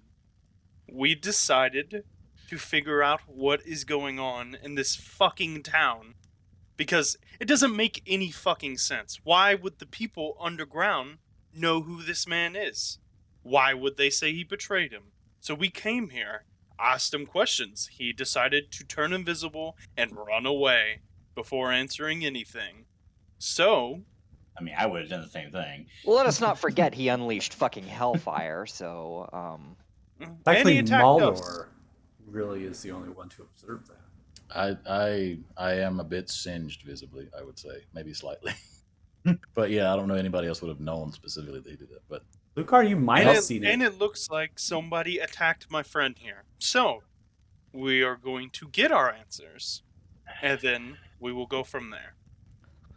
So, do you know anything? Obviously.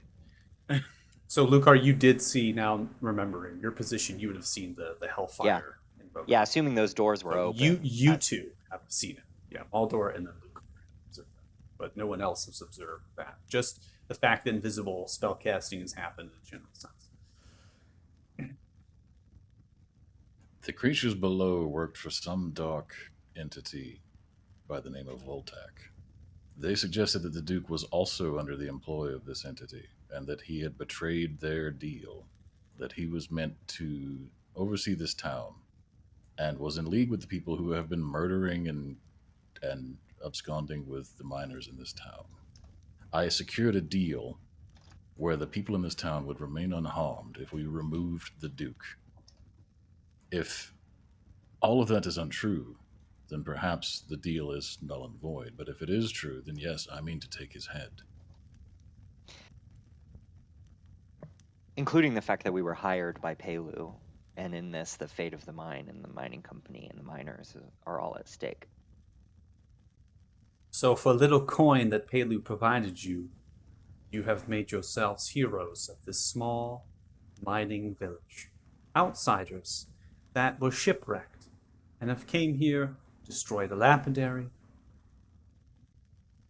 The That town was took an us in. accident. An accident, yes, indeed. In fact, this whole thing is an accident, correct? I'm sure. Maldor's going to reach down and pull the amulet off of the Duke and toss it to Tegan. Amulet ripped off. Tegan, you have this draw and pull begins to embrace you. Your stone begins to glow, and you feel called to this. I take out the shields from my back and I just place the amulet on top of the stone inside of it. You do this the stone in the amulet as well as the stone within the placement, right, begin to liquefy both. As they liquefy in space, they funnel through and intertwine themselves as they begin to join together. After the liquefaction happens and this magnetism kind of unfolds in the actual air in front of you, there seems to be no physical way that they're holding up or anything that you can kind of note. They begin to reform into a solid shape as they kind of embrace, similar to a crescent shape, like a crescent moon as it comes down, and it forms itself in now to be more translucent. So no longer is it completely opaque, but it's not completely translucent, so it's more kind of clear. In addition, the edges become smooth and fine. It then begins to slowly lower itself down and then hits into the table or whatever objects were placed above it. underneath it, and just kind of smacks into it, and seems to be in this form. And size-wise, it mimics the same size as the stones themselves in that same length. It Does, seems those stones are drawn to one another. does my feeling of yearning go away as this happens? It does. I think Tegan just takes a deep breath out and he goes, As you "Oh, can- that feels a lot better." What As just you- happened? He turns back to Elise. As you can see, there's a lot of very strange things going on in this fucking town. What do you know of this Voltac and the Duke's allegiances? Why is he here? Why are you here? There's obviously more to you than we were led to believe. You're no simple barmaid. I'm gonna turn my camera off real quick. My wife is gonna get something from the dresser behind. So I'm still here. Don't worry.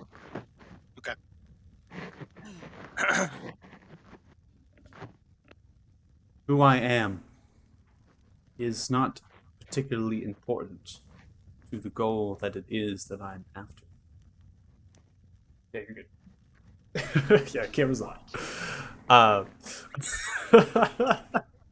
Hi. Yeah, hi. Hello. Okay. Sorry. Right, The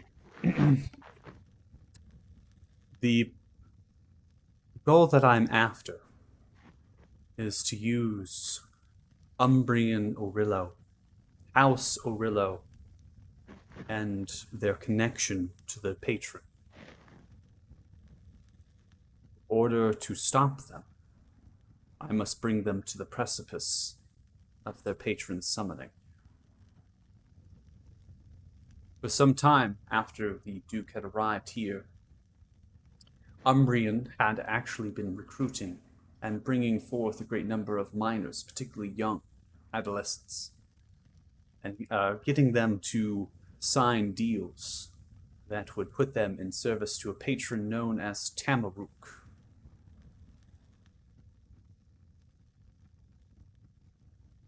I don't think that would ring a bell at all.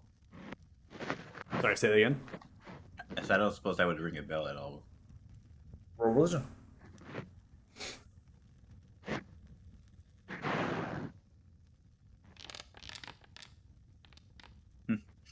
Would I Religion- have ever heard the name like in my studies, like for like a history check? I can always roll religion. History check would not help you. Oh, okay. I mean, I can roll religion and see. 18 religion check. The name itself coming across. Tamaruk is a infernal demon. You're unclear of the domain and where it lingers or its presence in the actual infernal domains as such. But Tamaruk is a large and gruesome beast that controls and dominates its domain and pledges its servants, and for their souls in exchange will give them eternal life. And he was gathering up young miners. The echo appears and and pledging cuts the them? head off the Duke. Done. Oh!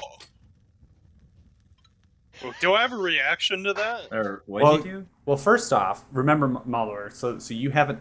This is information that right. So Varys, are you relaying that information that you're uncovering within your own? Oh, that's true. I thought I was hearing this. I apologize. Okay. No. You have not heard Okay, I take that back. that unless Varys, you are giving that information outwards. Okay, so before, I probably would tell everybody, but before that, and she said that he was gathering up young miners and pledging them to him. Yeah. To be clear, I was He close to was this not. just based on that information. Huh? He was not. He was. She was or he was? He was. The Umbrian Orillo was doing this. We've yet And to that's get to what okay. she's stating. Okay, and then I'll say that the stuff about the demon. Okay, yeah. Now his head comes off. Okay, well now- I'm gonna when I Okay. see that I'm gonna try to hold person him so he can't do it. Okay, so Like, we're if I see gonna. him unsheath Alright, the sword. So You're Mauler, gonna you hold unsheath the person the sword echo? and you go into swing. I need you Just all the to echo. roll initiatives, please. Oh Yeah. god. Oh god. Ooh, that's really good. Oh god.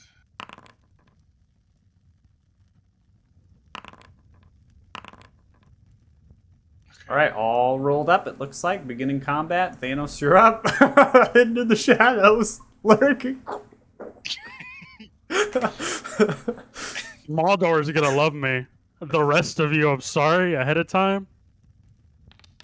I'm just gonna shoot the Duke. What the fuck are y'all doing? All right. Well, the target is unconscious, so you technically have advantage. Varys is in cover, so you're gonna have to. The Duke is in cover from Varys in total by the actual body position. So you'd have to come out of cover I'll a take a little bit, 5-foot then, step. and then please make another attack because you do have advantage in the unconditioned state. Use my rolls. All right, 15 is going to hit. As you see, the arrow flies into the head of the Duke, unconscious, restrained, takes the arrow and slumps over and is dead. Full dead? Dead. Before I end my turn, I am going to kind of announce myself and why I did what I did. So Thanos is going to kind of look at everybody. If there's one thing that I know about deals for eternal life, they're never true, and he's just going to pull out the chair and sit down at the table like Okay. nothing just happened. That's fucking cool. That is really cool. At this point, I'll be taking combat actions. You'll just see. I'm not gonna do anything. Varys just says, "My fucking god," and then walks. To steady himself. Like walks away and then walks back. Okay.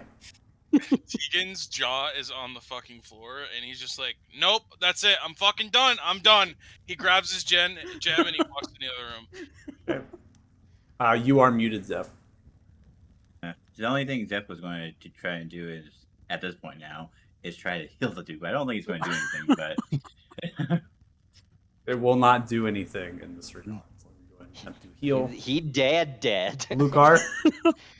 I am going to grab the half-drank goblet of, assumably wine that the Duke had in front of him when we barged in, down it in one sip, and then just sit next to Elise. Ending combat. Y'all need to So, learn this to is use our- y'all's fucking So- words. No one So can the hear him. echo- Tegan's in the other room. Yeah, and this he's is- going. I'm with a bunch of psychopaths. I'm traveling this- with a bunch of fucking psychopaths. Yeah, this is I already- warned you on All day one. All right, before we get into anything else, it's probably a good time to have a break. So I'm going to go ahead and say we should probably get a break in here. So everyone can collect their thoughts about what the fuck just transpired. So, Who is this guy? so before we get anything else, we will we'll go take a break so that we can collect our thoughts, reinvigorate ourselves for the next half of the session so we get going on. So if you're watching the stream, thanks so much. Really appreciate it. We're going to come back at about 1:04 or 1:05 p.m. PST, and we will see you when we return. So, Thank Right back. you. Oh, the price is worth admission tonight.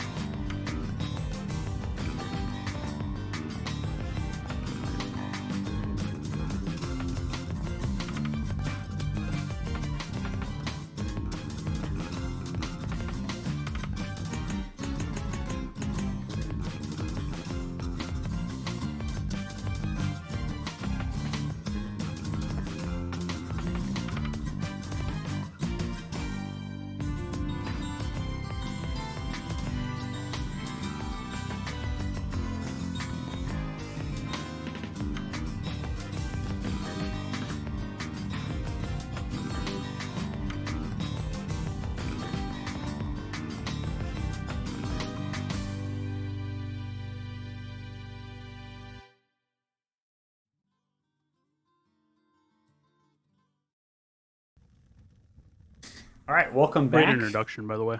Just throwing it out there. It's wonderful. Welcome. If- Welcome back. Welcome back. Joining us, thanks so much. Really appreciate it. Group 7 really appreciates it. We'll start back up. Really, no further ado. The arrow has landed in the head. We have multiple characters that have now taken aback by what it's doing. Lucario sat down with a goblet of wine. The Duke was streaking and just kind of sitting there enjoying yourself on the chair there.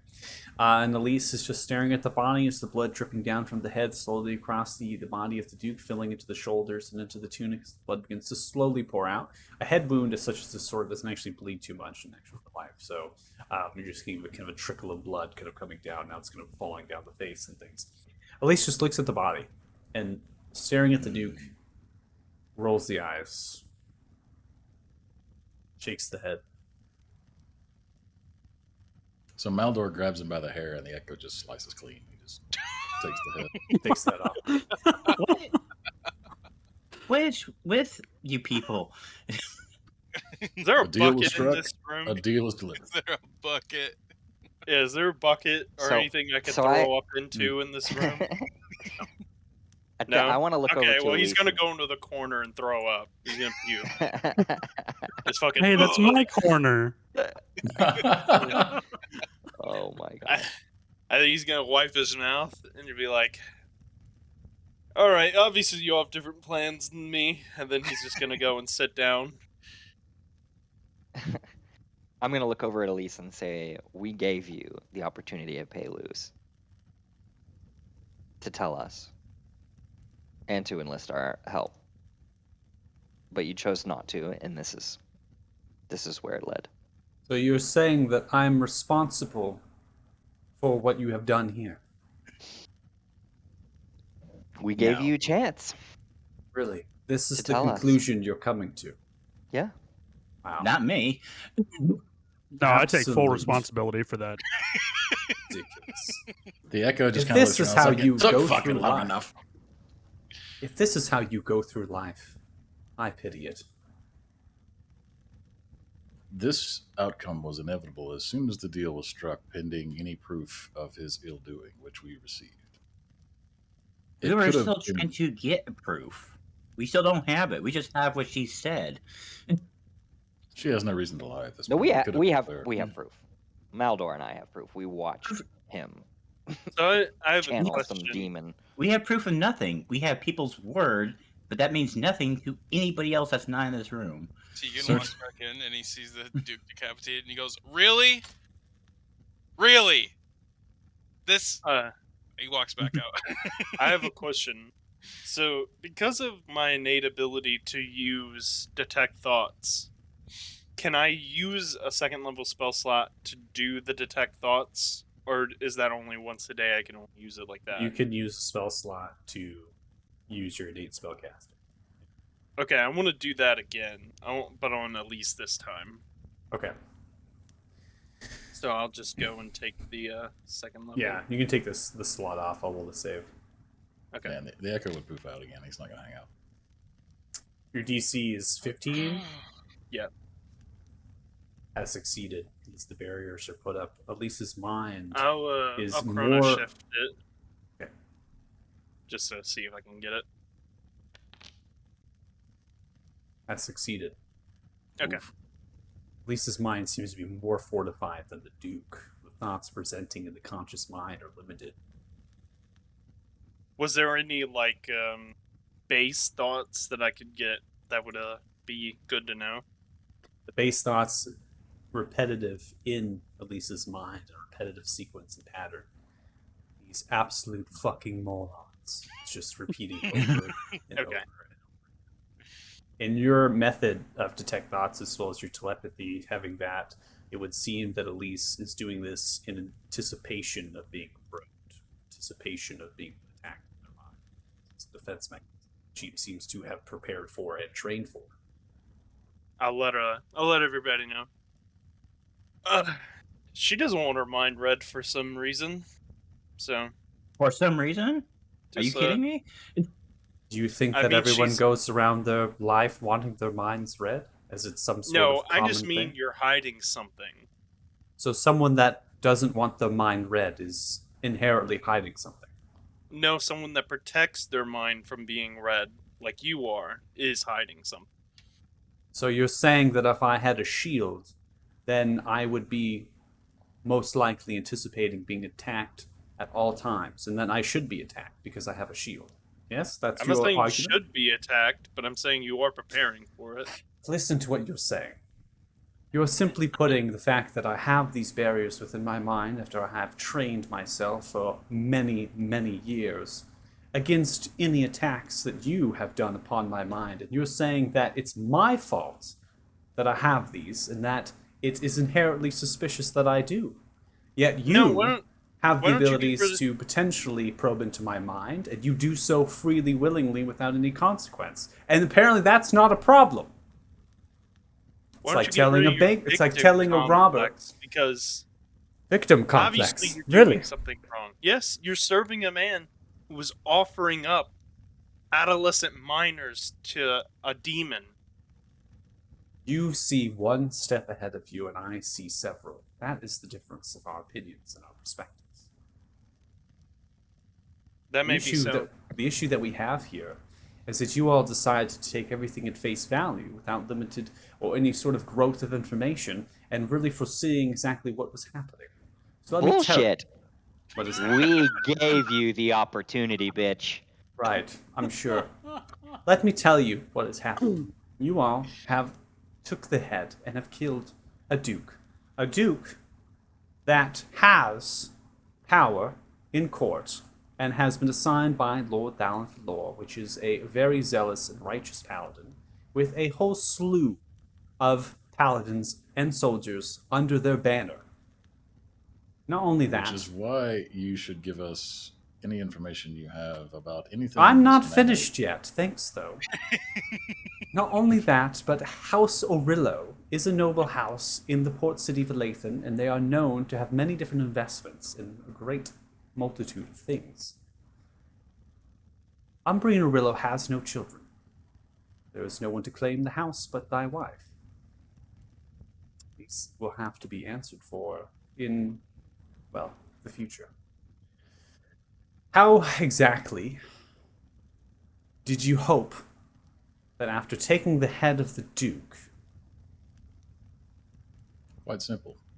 You are going Yes. to provide us with physical evidence that he was up to malfeasance for which he deserved his fate. In return, you will assume his house as his betrothed, and you will take over his powerful position and can continue on your quest, which I give no fucks about. Right. Yes. No. Yeah, I'm pretty sure that's not how any of that works. She seems rather capable. I'm sure she can forge enough documents to prove that they were married or about to be. Sure. Yes, no. As I have Well, stated, that's on you. Umbrian Orillo has a wife. Oh, The wife currently is in Elathan at their house manor, and Well, is aren't of you noble not, birth, and I am not. Like I said, dozens of steps ahead. These were key here.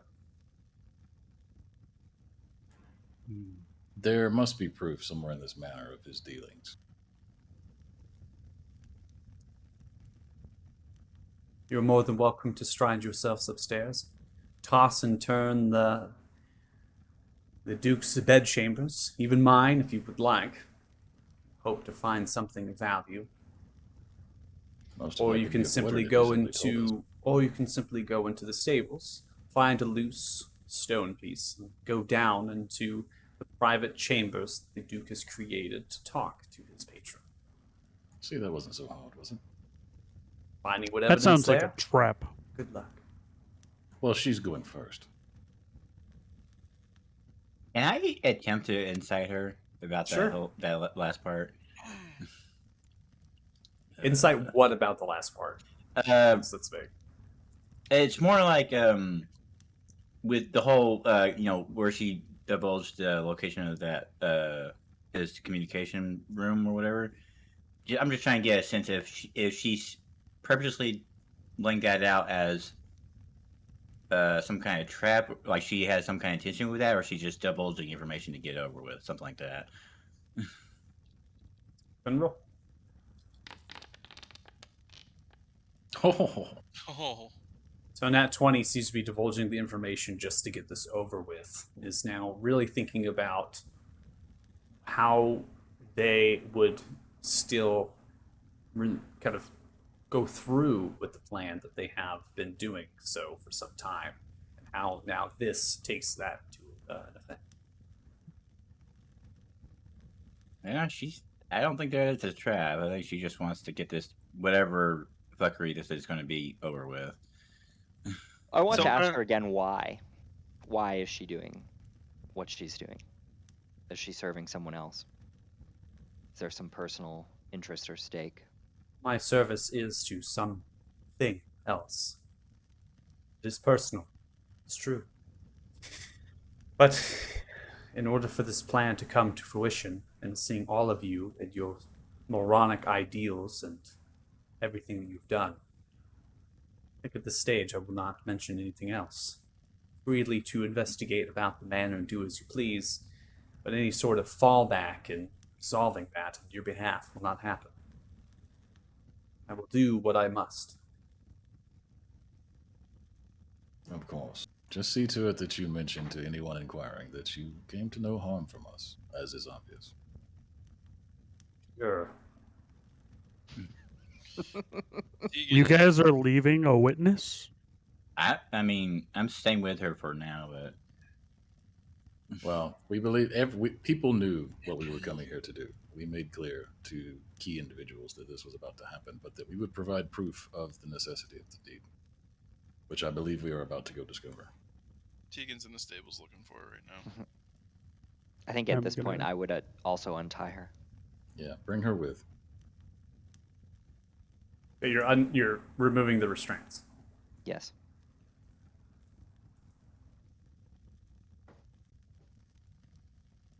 So Elise begins to make way, immediately walks over, grabs the loose stone, draw a template, lifts the stone off of the actual thing. Seems to not be a tile necessarily floor, and that might allude. You kind of have more of a shape towards this kind of a squarish maybe, and kind of stands out at this point. Now you're kind of over on top of it and have the idea that there might be something here.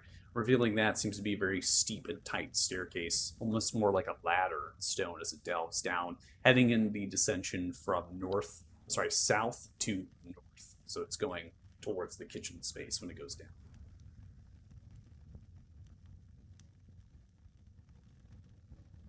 Okay.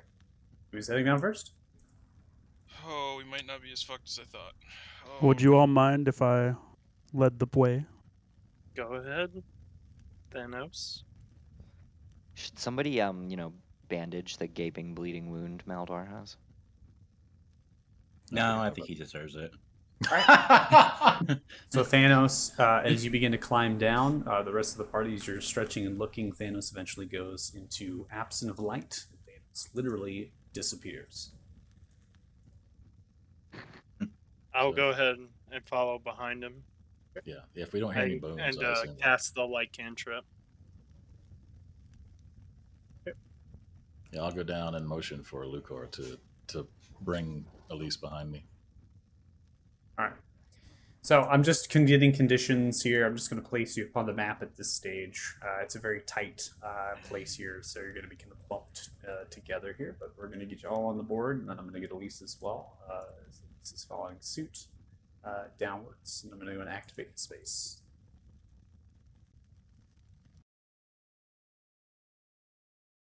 Thanos. So as soon as the light is casted, Thanos appears. Oh. Right. Where'd you go? The darkness is my friend. That's about the best I can describe that. Hello, We're- darkness, my old friend. The darkness Good. is my friend. Good. After to literally know. shooting the Duke in the head. The Smiling impression- back. Good to know. And I'll lean over to Lucar and T and be like, I don't trust this guy at all. The sheer number of questions we've asked this guy is alarmingly low. There's kind of a lot going on right now. You And seem then you You're let me trustworthy. lead the fucking way. telling me. I'm gonna like because I know Lucar has like a telepathic powers as well, so we could talk back and forth, right? Yeah. So I'm gonna start up a conversation with him that no one else can hear and be like, was that even the right choice? What the fuck are we doing? The Duke's heads off. Our passage is secured. Yeah, The but caravans will be untouched. We yeah, can but leave then this fucking accursed place. the problem is that a man of noble standing. You just don't do that stuff and get away with it. Like if we don't find anything, we're fucked. Who's gonna tell? Elise? The servants? Doubtful. The whole town when the Duke is just not here anymore? By that time, we should be long gone. Yeah, but we gave our names to so many people. So underneath Deal with this those loosely consequences. fitted tile in the garage, I'm going to call it, as that staircase descends steeply 8 feet into a stone tile, then kind of a stone walled and tiled corridor. It greets a roughly kind of crudely chiseled stone door on the eastern wall, and this door seems to lead us somewhere. I would like to check around the door to see if there's any weird markings where people may have done something besides just push the door, essentially. Okay. Looking for maybe a keyhole or a trap or something that people may be disarming to come and go. All right, you can roll a perception investigation. Let's do perception. All right, 16. So as you're beginning to perceive, it definitely looks like there is some sort of keyhole underneath the actual kind of wrought iron curled doorknob-like handle. Keyhole would suggest the door is locked. Beyond that, you don't see any runes. You don't see anything else, and the stone itself seems to be very rarely used. And kind of the grooves and bumping into the wall. And Elise, do you have a key? I believe that was your name, correct? he is on Duke's body and begins to grab a key herself. Potentially reached into the Duke's pockets and grabbed it on the way out. Puts it into the door, unlocks it, turns, and pushes the door open. I will head inside the room. This goes in second. Steps in, slowly moves over to the side, gonna move diagonal through the space. As far as other things, Mulder, that you might have recovered, Pawn, you did not recover when you went through the Duke's body really fastly after doing the manacles. You did not recover this key, taking your passive investigation, right, as you quickly did this, right, because you wanted to get the Duke out of line of sight. So passively investigation, you did not find this key, but you did find that interesting ring upon the hand. You saw that the armor was there, and then hidden in the actual kind of two straps of the actual quadricep to the right side of the Duke was a short sword, so you were able to find that. But the key that has been mentioned by Elise, you were not able to find the past investigation. Okay, I'll assume I took all that stuff. Okay, just rounding back around to that, we were kind of moving really quickly, right? So, Right, yeah, this is a lot. Yeah, there's a lot going on. So it goes into the small room. It's supported by pillars and glows from the lamps, and they're filled with these green kind of permacrystals. At the backside of the room is a stone altar embedded into the wall, a chest that's kind of open and empty nearby, and then on top of the altar seems to be a book of some kind, and is strapped and made of humanoid flesh. Well, there's your proof.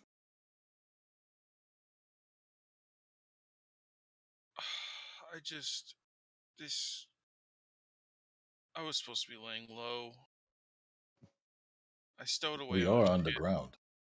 shit. That's not funny. Tegan flumps over in the corner and just like falls to his knees, or like is sitting against the wall, just like kind of having his hands on his knees, just going, "What the fuck?"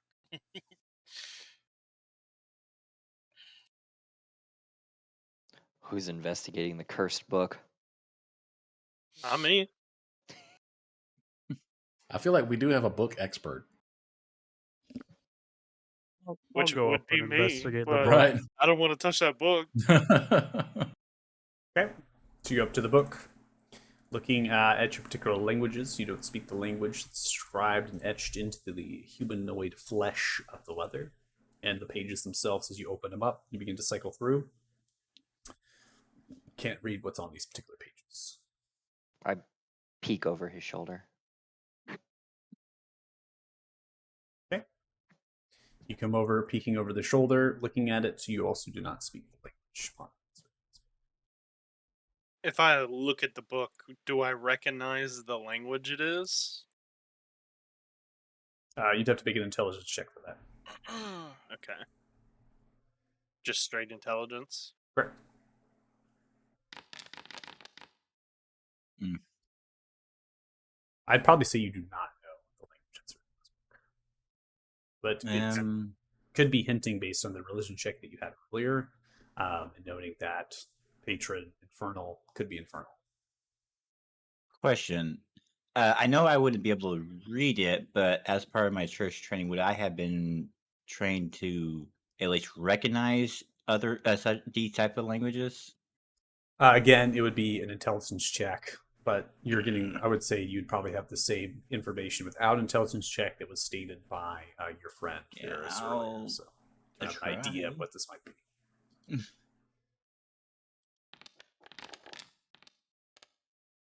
Definitely not. 9.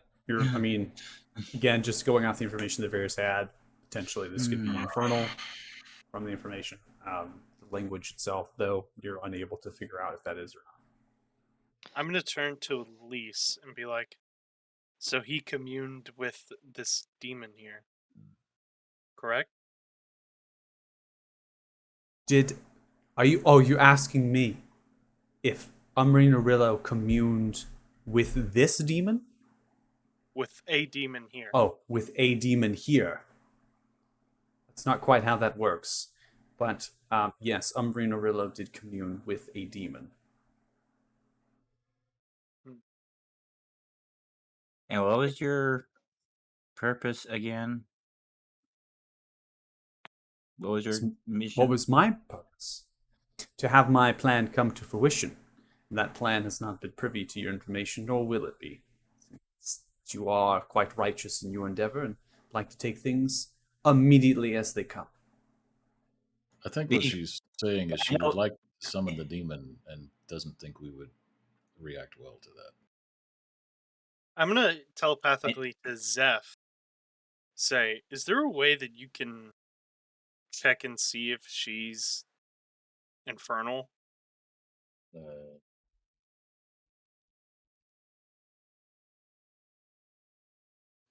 I'll just shake my head. No? Okay. Yeah, that's fine. And I know it means basically nothing at this point, but for the record, I completely disagree with how everything went down. I don't like it either, so.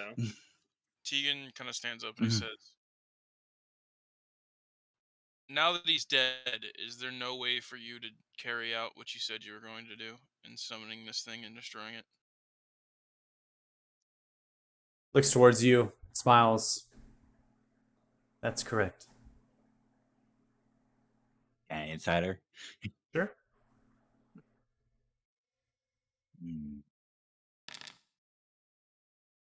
Seems to be telling the truth.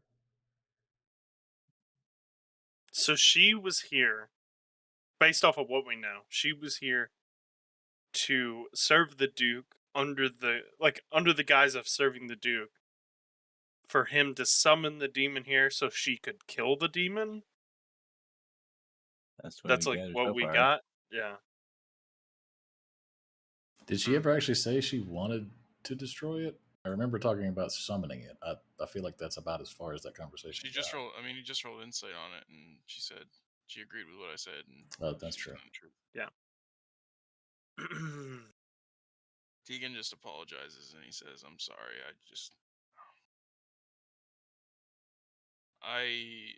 He looks at Maldor and the new guy because he still doesn't know his name and just goes, I had no control over anything here, and I can't say just as mad as you are, but definitely taken aback from what's taken place. If there's anything we can do to help you and somehow salvage this situation, I'd be willing to help you."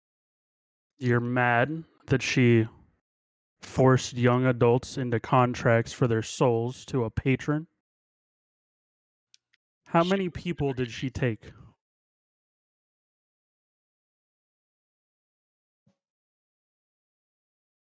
Wait, she took them? Well, she was working with the Duke, correct, to summon this demon through the power of the patron, which meant that she was getting them to sign through using the Duke as a puppet. Unless I'm misunderstanding this. I've been here for 5 minutes, but that is what she said at the table. I did get the impression that she was complicit and cared little for the lives that were cost in pursuit of her goal.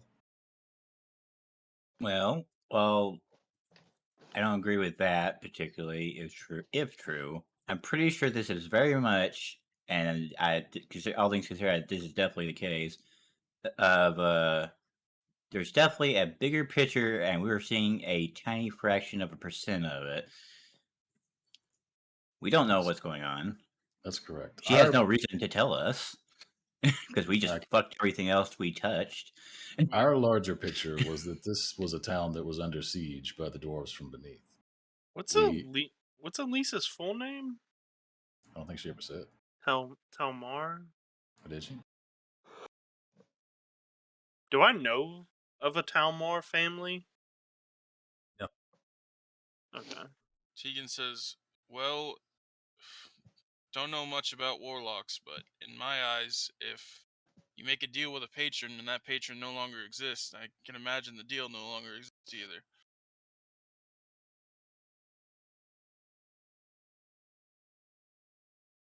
But what does the... How do I want to word this? What effect does the deal have on you until it ends? Patrons are tricky beings. I mean, I think it depends on the nature of the relationship, honestly. I don't know. I just, I When probably won't pick up on anything, but I'm going to go ahead and cast See Invisibility just on off chance there's something around here. Okay. I'll expend that. Okay. Casting it and looking through the ethereal, you don't see anything that catches your eyes. I want- press a shot. Oh,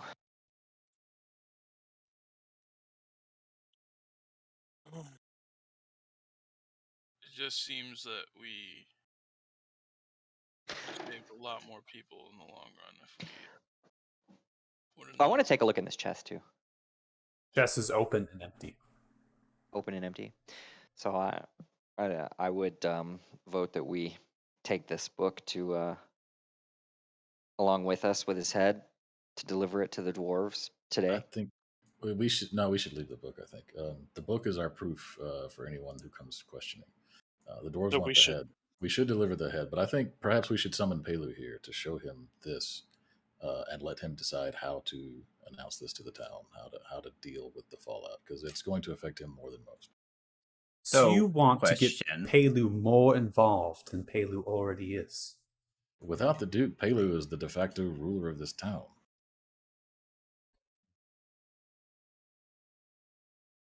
At least as we were led to believe. Unless you intend to take that mantle. How many individuals do you believe that the Duke was able to grab and snag these adolescent minors?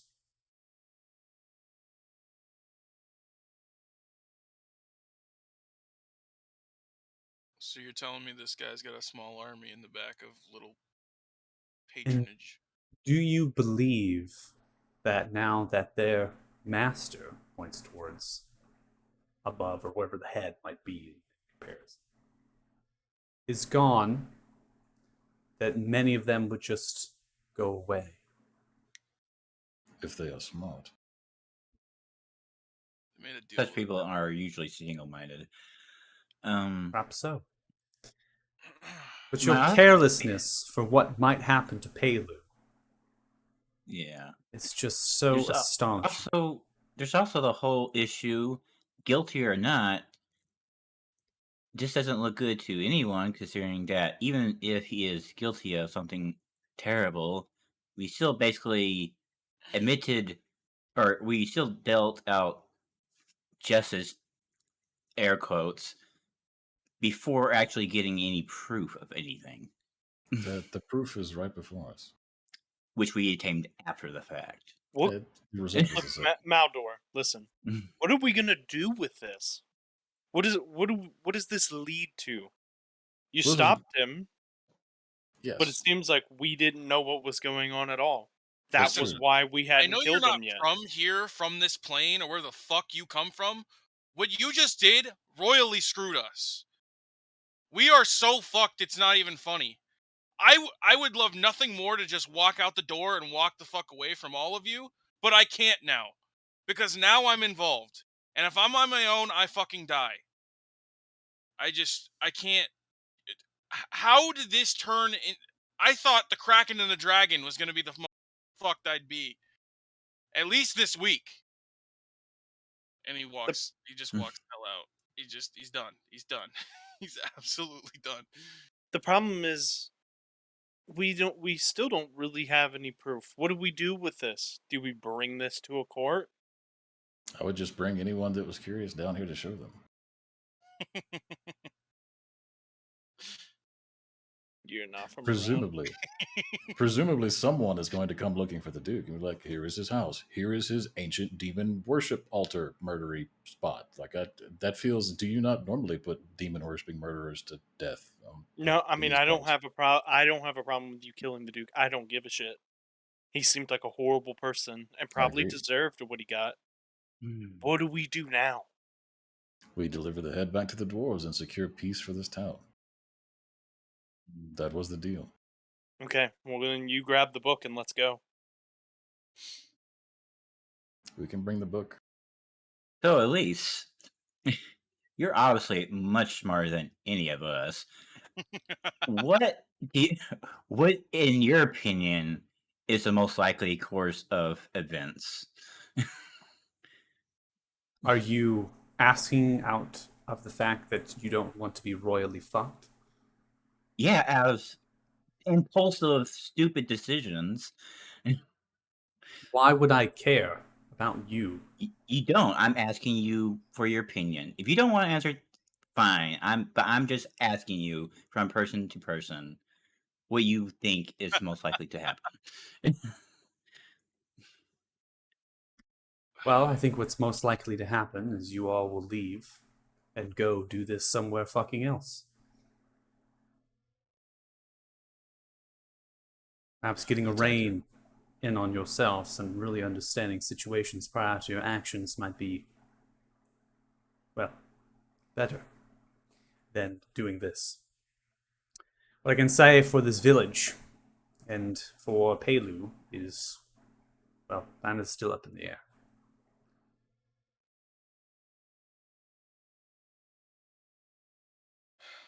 That is why it is my instinct to leave the book behind as proof, so we could send anyone who wants to inquire as to what the Duke was up to come examine this area.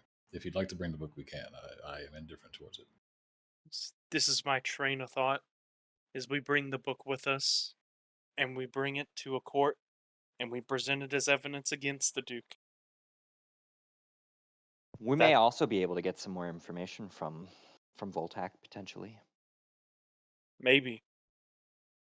I don't even know what we're Assuming doing. that they are cooperative with us after delivering his head Well, we know we have to deliver the head. today. Yeah, we need to do that soon. I The do caravan also, leaves tomorrow. I do think the idea of taking the book and trying to present it to a court, I think that would be next to useless to us. If we take it from this place, we have no proof of where it came from unless he put his name in it. I may have another suggestion based upon my travels on the way here. The only town, well, the closest town, the easiest town, would be Othema, as I'm sure you guys are well aware. That is There where is we're a headed. there is a church there. They could Okay. probably tell us what to do. Perhaps we deliver the book to the church. I'm sure they are accustomed in destroying evil artifacts. Or at least they And- can tell us what it says. Or that. I would be fine with this. Okay. Well, let's go to the mines. We'll leave Pelu out of this for now, To the mines! and we'll figure out what we're doing. Well, he already knows what was happening. We should at least let him know that something happened, I think, probably, rather than it be a surprise later. Maybe. No, we should also warn him about this cabal of demonic miners. Demon miners, yes. Or the I fact have that the seen dude his- is dead. I have seen his miners. I am not afraid. No, and I- Pelu I haven't seems made any capable. of the decisions so far, so I'm not going to make this one, and I'm going to walk out. Okay.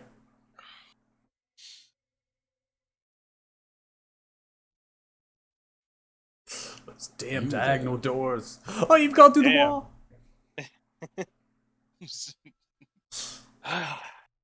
Varus gets shit. sucked into a side chamber where he's tortured for eternity. Yeah. Fucking shit, He man. found the dungeon. Yeah. Tegan just says to Varus, I don't know what the fuck we're supposed to do now. My whole problem with the situation is that it feels like we're doing the wrong thing for a noble cause that doesn't mean anything because it feels like we did not we killed him. We heard about maybe a demon, but we don't have any real proof. We have this book and that's it. It doesn't matter. Now we have passage, And now safe passage out of this place. they're just ignoring the fact that there's superpowered evil teenagers running around the town, that when there's a power vacuum, they're probably just going to go on a killing spree. Yeah, probably. Point of clarity, it was minor ER, not OR.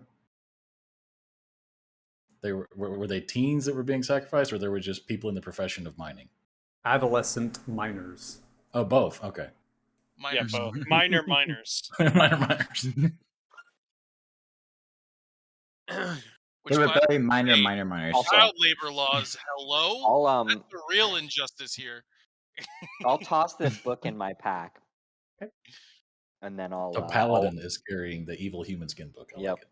Yep. And then on my way out I'll just look at Elise and shrug and walk on. Shrug. Yeah. God. And similarly, I'll just look at Elise on the way out and be like, again, I know it means nothing at this point, but I do apologize for the stupidity of our group and how things turned out. Sim Squad. So Maldor just looks at the newcomer. It's like, you shadowy one. What was your name again? My name is Thanos. I see. And yours? I am Maldor Gentile. It is nice to meet you. I have trekked far to find the five of you. So Did not you expect you to be so dysfunctional. So you were deliberately looking for us. Yes, but that is a story for a day when, as your companions put it, we are not fucked. One day that may be the case. It hasn't 10 been years so far. later. 200 years later. Taking on a porch swing, drinking iced tea. Well, I suppose then you'll be wanting to accompany us. I suppose. At least for the time being. Hopefully my story finds where it needs to hit with you lot. I hope it's a really good one. There are many stories amongst us, and they vary greatly in the intricacies and darkness and light. I am sure you will fit in just fine. For now, we mean to make deep into the mines to deliver this head to a rather angry tiny man. I shall follow you. As long as there is not light, I shall remain unseen. They don't need to know you have a new member. To the mines. We shall see. They are rather perceptive, but they should not attack us again. We struck a bargain with them. Again, Question. Thanos is Many it? of them died. Yes, Thanos. This whole disappearing in darkness thing. Actually, I could probably test this easily enough for myself while we're down here. If we just step away from the light, can I still see him with my dark vision, or does he disappear? Disappears. Interesting. Complete and utter darkness. He's no longer present. Whenever we get to the top, I'll shut off the light cantrip.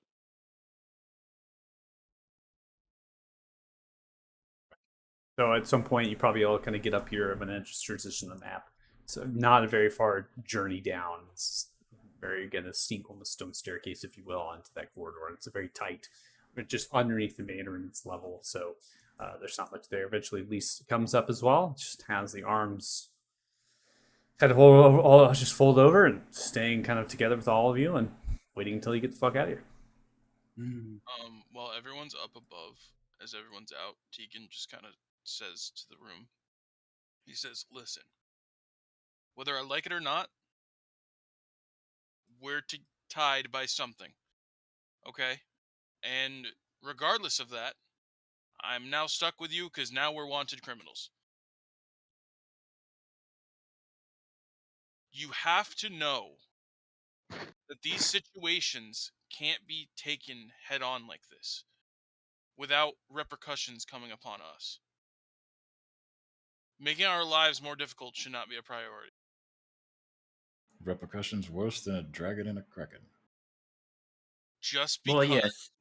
we've been fucked worse doesn't mean we should try to top it.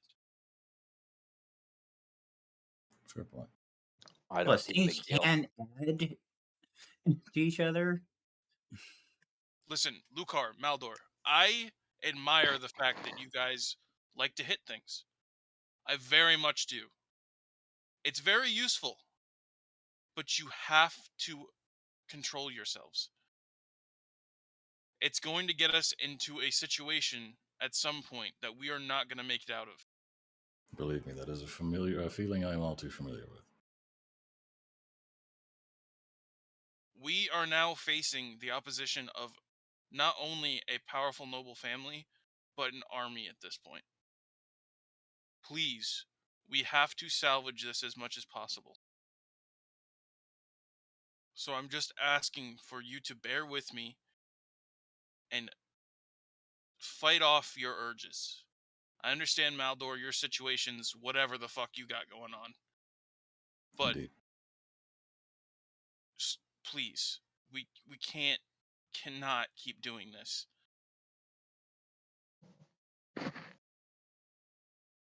I see this as a big win.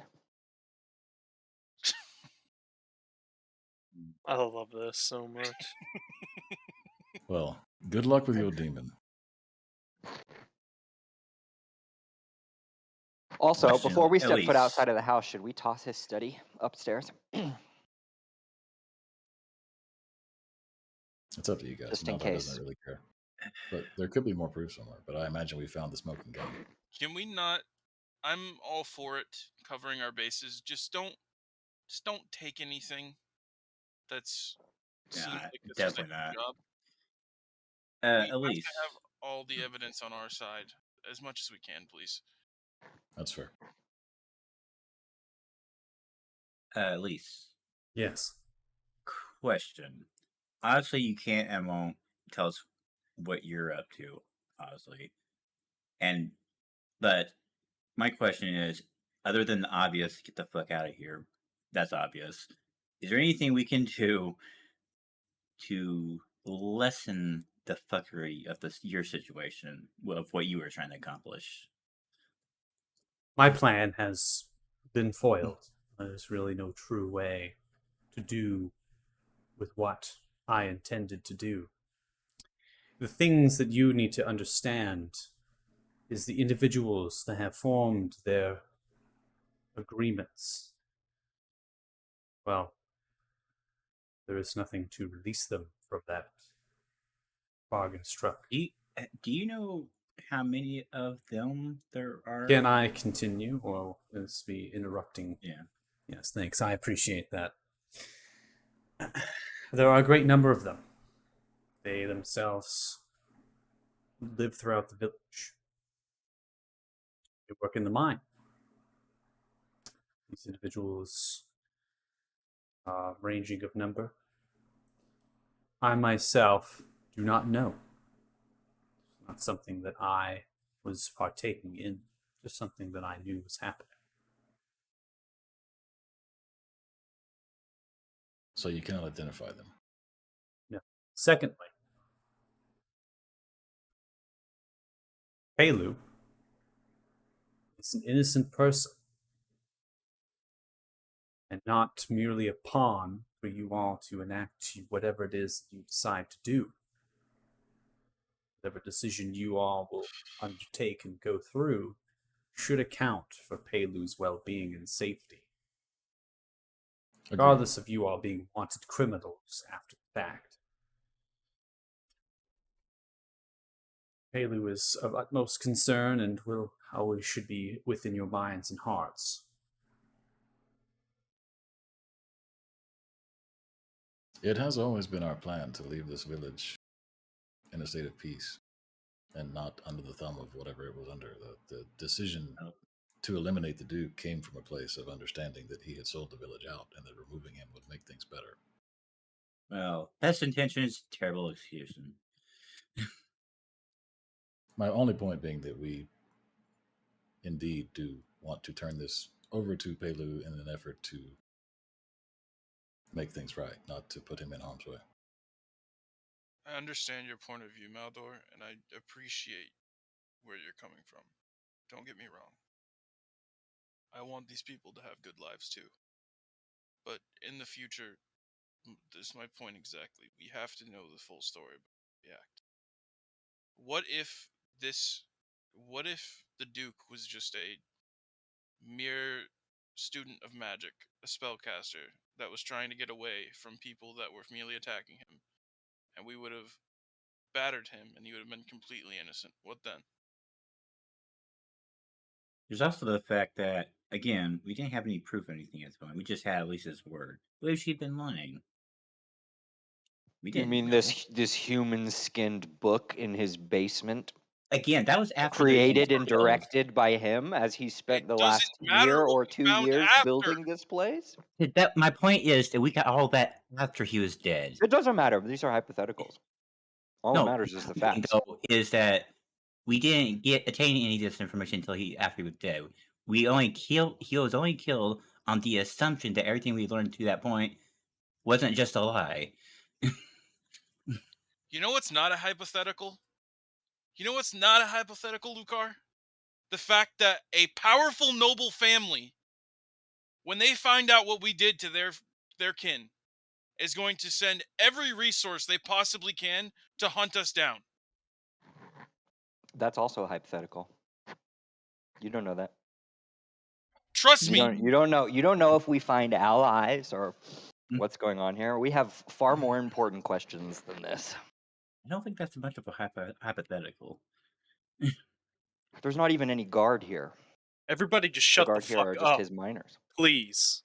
And let's go give this head to these people, because that's what we came here to do. Arguing semantics over this isn't going to do anything anymore. It's over. I think you all can have this conversation away from the manor. I'm gonna go check on the servants.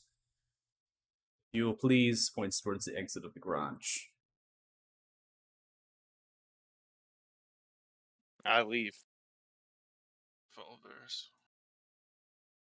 To the mines. And Oh. out of game, I wasn't actually telling you to shut the fuck up. I was just making a point. We definitely have, Uh, but I think it's in character. I think it's pretty obvious. There's definitely a divide of opinion here. Yeah. Yeah, that makes sense. Oh, I got nothing wrong with what I thought it was. Fucking. I Okay. just didn't want to. Y'all think I was like being rude, so What a dick. yeah, I wanted to make that clear. Absolute dick. Yeah, absolute asshole. No, I think this party's definitely taken the turn of where we stand with each other. Okay, so as you all begin to depart, pass by the horse that's been covered up by snow, and just kind of this mound of snow now, top, the blood seeping through a little bit, and just kind of looking at it. Oh no. Just moving on at this point, the snow is falling down quite heavily at this stage. It's roughly warmed up a little bit as I'm going to traverse just time, giving an hour for the conversation to take place and all that. And the temperature's just warmed up slightly, still maintaining its freezing and kind of difficulty. The one thing that becomes apparent to you, Tegan, upon exiting the manor and going into the outside elements is that you no longer feel the cold. He's a zombie. Which, that's another thing I wanted to check out while we have a moment. Continuing into the village, right? You're just kind of moving out of the manor as quickly as possible, nonchalantly getting out of there. There are people that are mulling about doing their business, but again, it's keeping the status quo. Right? No one really goes outside their hovels unless they go to work, or they go to the tavern, they go to the shops down by the south side, or the little trading square that they have. The guardhouse, or the barracks, I should say, lighting with flame, all the smoke billowing. You're not seeing any movements from there, and you're just kind of traversing through on the dirt and rock, kind of trench snow paths, aimed to get back to the. Oh, I crashed. That's not. Am I back? Whoa! I crashed there. Eh? Yeah. All right, I'm back. When did I free? What did I just instantly? Yeah, it was just see a poof Yeah. gone. Yeah, that was weird. Disappeared. It just completely crashed. Okay, so everything again status quo, and you're just pressing forward and kind of putting your head down, and again making way towards the field house. It seems right, and just getting towards the mine and potentially handing off this head. So you begin to trudge, getting outside of the stables and heading up the road aimed towards the field house. Large bleating of goats becomes apparent, and difficulty as they as you pass by. And you are proceeding up to the field house. This conversation again, now you're out of the area. It's more private. There's no one nearby you, and you're out in the elements. It's there, again, 20-minute walk up to the actual mine itself. So as we're walking, I'd like to fish out the ring that I found on the Duke and just look it over. Okay, so as you begin to look at the ring, it seems to have a beautiful silver and slight kind of almost like a titanium finish to it as the circlet there, and has a ruby-ish gem that's kind of pulled into resembles octagonal-like prism in a way that sit on top of the there, and then there's smaller little gems that are inlaid into the band as it kind of goes around it. It's beautiful, it's neatly remade, and it does seem to be something you have not seen upon the Duke's hand currently. So that was a new jewelry piece that the Duke was not wearing prior to the different conversations we've had. Question. Tegan's stone and the one from the Duke that merged with it, were they the same color? Yes.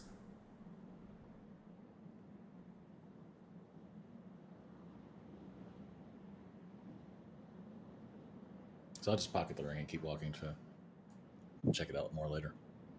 Okay. He doesn't see the eye of Sauron in his mind's eye. No,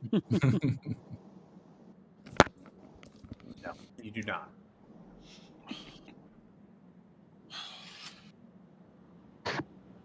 Okay, continuing to press forward. Doesn't seem like anybody's really open to having a conversation at this stage. Just No, I do On- want to on ask business. Tegan about that, about his gem.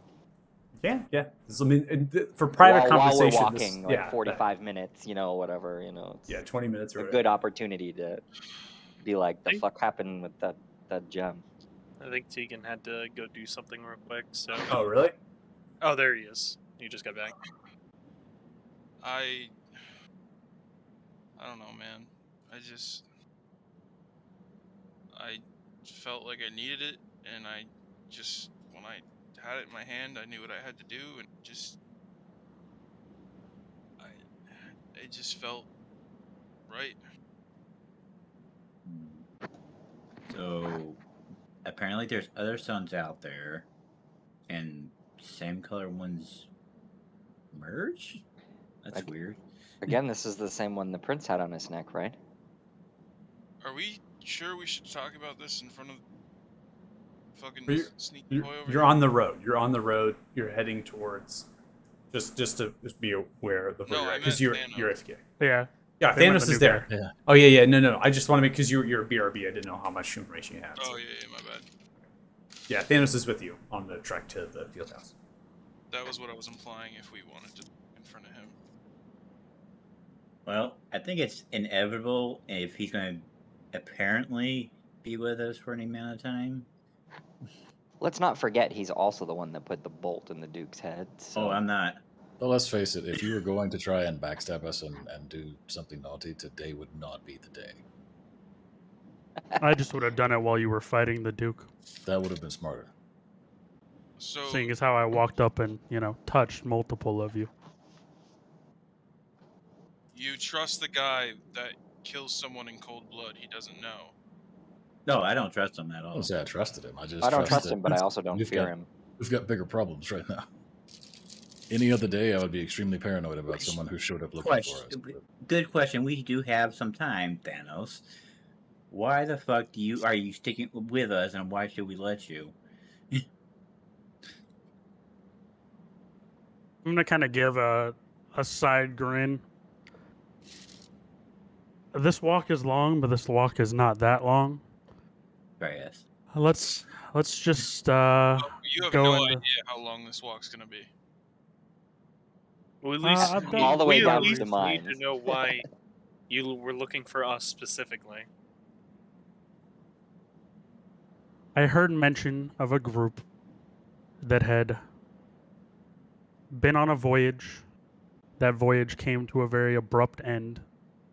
And there's some people that I'm not even sure if they're really who I think they are, that were talking about you all, and they were not happy you survived. So, when I saw the Who's this? opportunity, In the town? They were in the town? no, from where I reside, which is quite far from here, actually. As I said, this was quite a trek to find you all. It was not fun. I am from the marshes of Unveiling. I don't know if any of you have heard of it. Wait, so now. Ethaline, you said? The marshes of Unveiling. Oh, Unveiling. Okay. How long have we been in this village? 3 days. Fuck.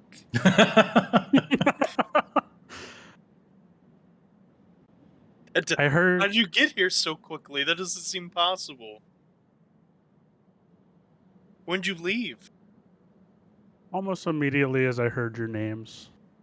Yeah, but how fast does word travel? Yeah, when When did a you leave dragon's your involved, village? What was the date? Sorry. You don't function off of the same dates Oh, they are God. referring to. You do not have an awareness of the actual outside world calendar. To you, you had left when the information presented itself. The concept of time frame, this was immediate after the attack unfolded that this character had left. so Do I you- relay that to you guys, kind of. Thanos Yeah, also same. has a horse, FYI. Okay. I was about to say, if he traveled It wasn't the far- one we just killed, was it? Because that would have been unfortunate. No, that was not That my was horse. Baron's. My horse That is was the Duke's. yes, my horse is at the tavern, I believe. Do you ride bareback? It's easier to mount them that way.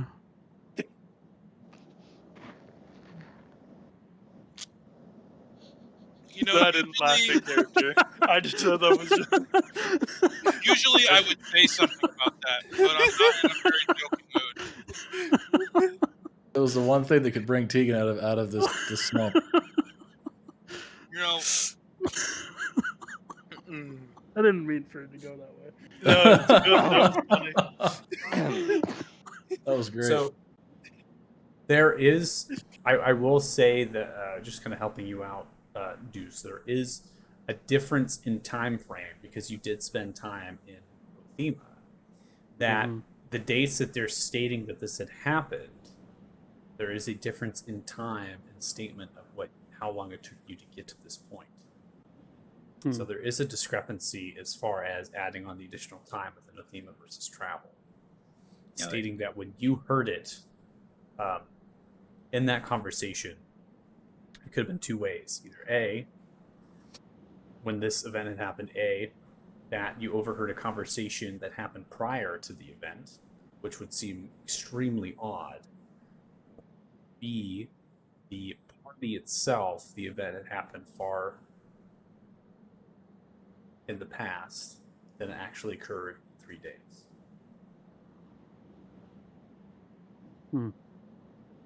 Okay. What? So my head just kablooied. Yep. timey-wimey stuff. Who did you introduce to our party? All right. Well, that's all the questions I have for you. Did you relay any of that, like time weirdness, or was it just your own internal reckoning? I think that would just be my own internal reckoning, trying to like make sense of your time versus my time, and Yes. Like, 'Cause how Would many? you have told us that time for you doesn't work the same? I would let you know that my people don't necessarily perceive time the same, as we tend to rely on the shadows and live in darkness, and we don't have those same kind of cycles So outside of the.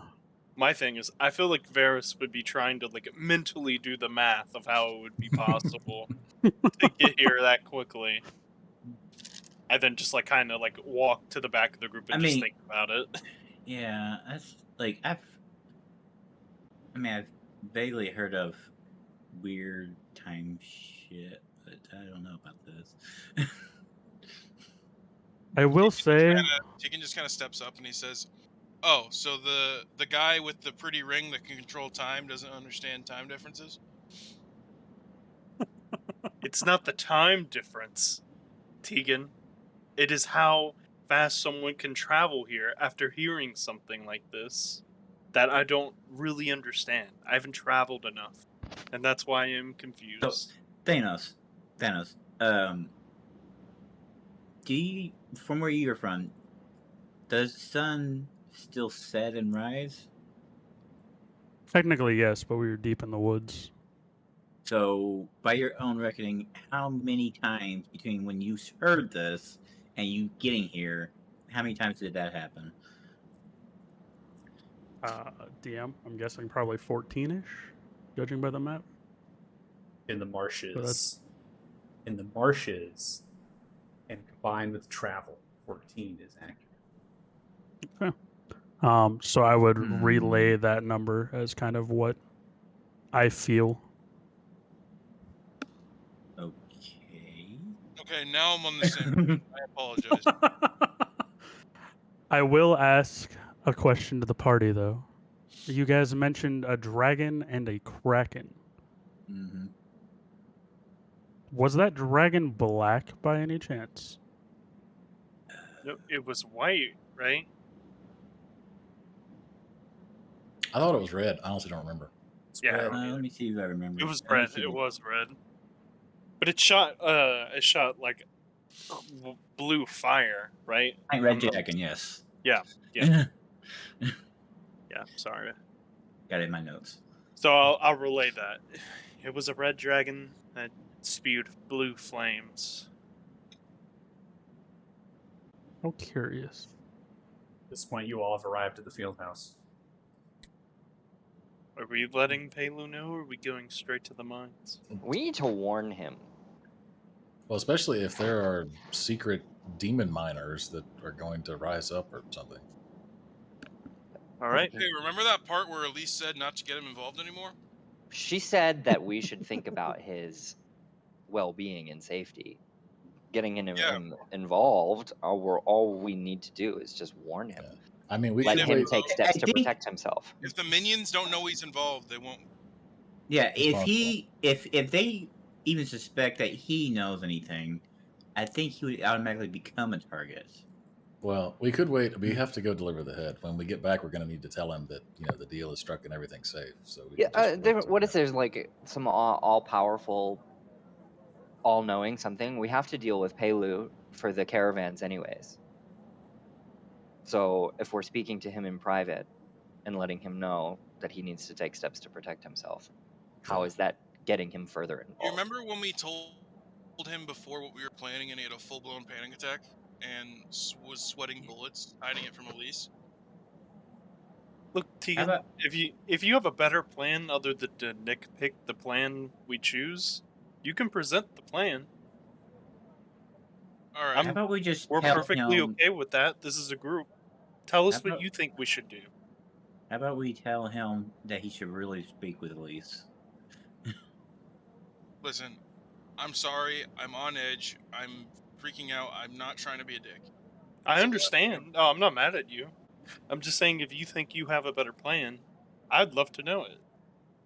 Right now, with the amount of time we're going to take traveling in the mine, a lot of things can transpire that are out of our control. Right. about this? That's why I think it is best that Pelu should know in case something comes for him. We've seen some of Pelu's abilities in Well- action, especially in terms of some innate magical ability as a goblin. So So, he well, likely has ways to protect himself. yeah, and plus, in regards to someone coming after him, as of this moment, as far as I know, they have no reason to come after him because he knows nothing. That's My also a fair suggestion- point. That's My also a fair suggestion would be, we talked. The only thing, personally, I suggest the only thing we do tell him, at least at right this moment, is that he talked to Elise, and then we Okay. can speak with him again when we get back, and see what he does know.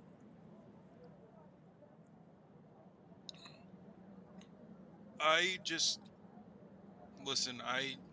We're gonna do what we're gonna do, but I don't think getting him any more involved than he already is good. We'll do what he sent us to do: is resolve this situation with the dwarves, and then leave it at that. He doesn't need to know what was going on with the Duke. He just needs to worry about the people of the town. The less he knows, the better.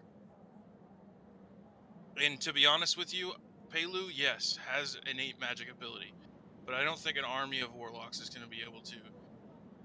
I doubt they would all be warlocks. At least I don't know how much I Well, would know they- about warlocks actually, but Yeah, it would depend. He's not going to be able to defend himself from that many. Whether he's prepared or not. Okay, well then let's go to the mines. We'll talk to fine with him. We'll talk to him when we get back, maybe. do we at least have him talk to Elise? I don't see how that could help him at all. Not even sure what she would say. I don't see the difference between us talking to her and her talking to him changes, unless you have a different opinion. Mostly, she obviously has a better idea of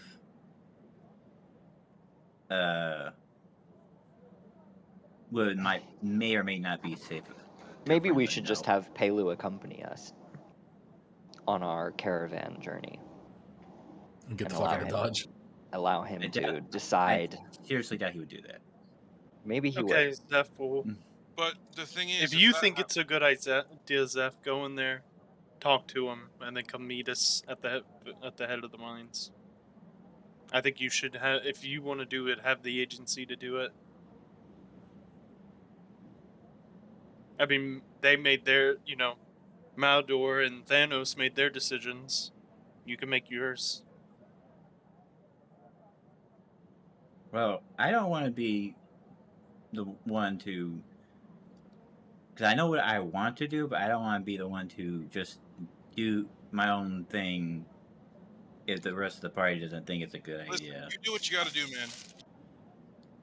I think that line of thinking is what got us into this mess in the first place. Oh, I know, but that ship has sailed, friend.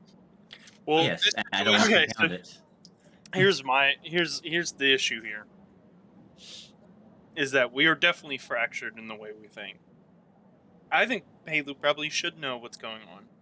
Whether it's from us or from Elise, I think he needs to know because we said it ourselves. He's the de facto leader, and he needs to be able to protect himself. That's my point of view. I think Maldor agrees with that, if I'm understanding that correctly. I do. I'm happy to I'm happy to defer to the group. My only concern was to strike the bargain and to seal the bargain, but I do agree that he was probably better off knowing. But I'm happy to let the rest of the group decide how to handle that piece. Talking is not my strong suit.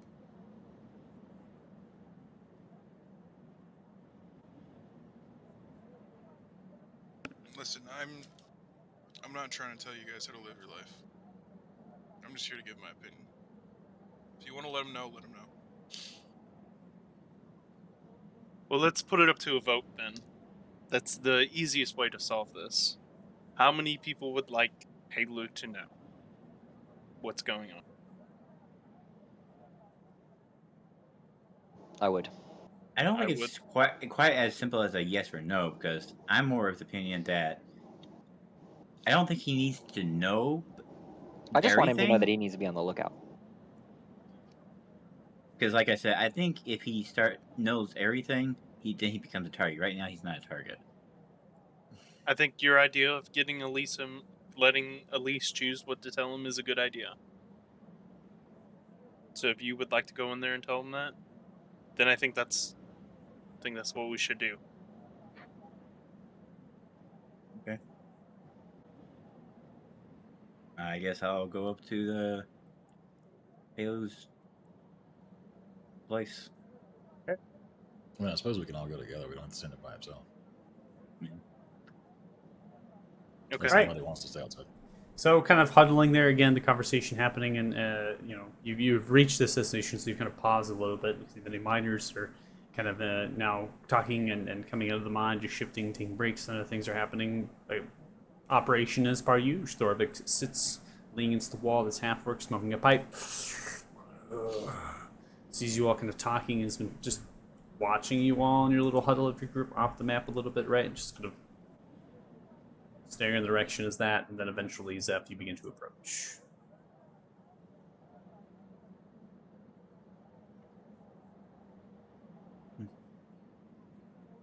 What do you want?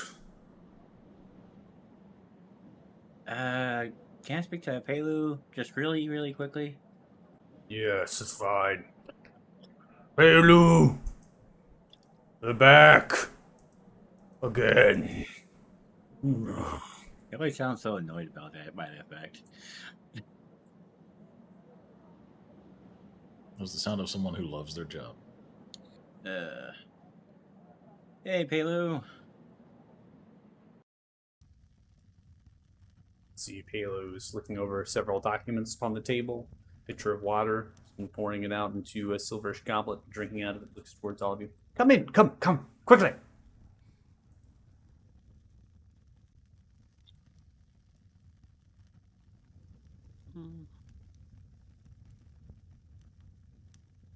Oh, hey, stranger. See, as you all kind of come inside, Palu moves the hand as it does, the door shuts. Is it done? I mainly just came in to say that you should probably really talk to Elise. What do you mean? Well, mainly she has a better grasp of everything, really. And honestly, we're on our way back into the mine to hopefully resolve that.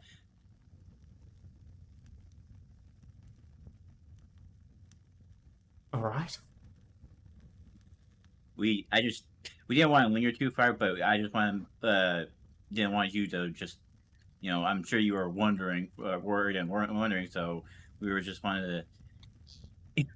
I mean, she'll probably be down here eventually if you wanted to wait, but if nothing else, you two need to chit chat. And what is it regarding? I mean, is there specific details of this potential chit chat? Basically, our conversation with the Duke, she can enlighten you of what transpired. Basically, I don't know what she feels comfortable with us telling you and or not. So And we don't want to What? presume. so you don't want. I'm greatly confused. I thought Me I too. was. So you're not going to explicitly tell me what happened. All right, I'm just gonna be like, all right, listen, we Here we we went go. to the Duke's manor. We tried to speak to him.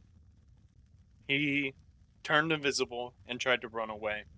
We tracked him down. We tied him up. We brought him back inside to question him. Elise told us that he was serving a patron that was a demon, and he was forcing adolescent minors into the contracts. Whenever we heard this, our new friend here, this is Thanos, didn't like it, so he killed the Duke. It turns out Elise was letting the Duke do this so that she could kill the demon. As far as how to react about this, I would go and speak to Elise to see if you need to protect yourself, if you should stay quiet, because she would know more. What? What is happening? You saying my minors? Yes. Yeah, you're minors. And I think this might explain the disappearing of some of them. There's that panic attack I was talking about. I don't know what to think about this. This is. First, you ask me if I'm on board, and then you do something like this, and then this happens, and I'm. And who? And then this person's here! And you're saying this person killed the Duke? Yeah, I am. But that's what we were gonna do. And now you're leaving. Well, we Well, need we're to going go to- back well- into the mines so that we can do the deal to secure safe passages out of the town. If we make good on our contract with the ones below, your town and miners will be left unharmed in perpetuity, so long as you don't venture any further into their territory. So I'm supposed to sit here and wait for you to come back. Unless you would like some of us to stay. Towards Seth. Bruh. I am sorry. I did not agree with anything that happened. Honestly. Unless he wants to accompany us and meet the prince and talk trade. Which, come to think of it, DM, how much did he pay us already? Oh, as far as the coin that has been given to Yeah. you? 2,500 gold pieces total, half now and half later, which is So which has been given. individually, So we had how gotten much of it 250. did we already get? So that's 25. I'm trying to remember. I think it was 200, something like that. It was it was 250, but I think we put some in the pony. You The treasury, yeah. put some in the So treasure. 200 is what I got. So I'll take out 200 and just give it back to him. What? Tegan's just shaking his head in the corner. What is this? We're still going to try to resolve this as best as we can, but I don't feel we've resolved it well. So I don't think I earned that. All right. I suppose. You think my life is in danger? Well, I was hoping it wasn't going to be. Well, now that he knows everything, the one thing Elise told us not to do.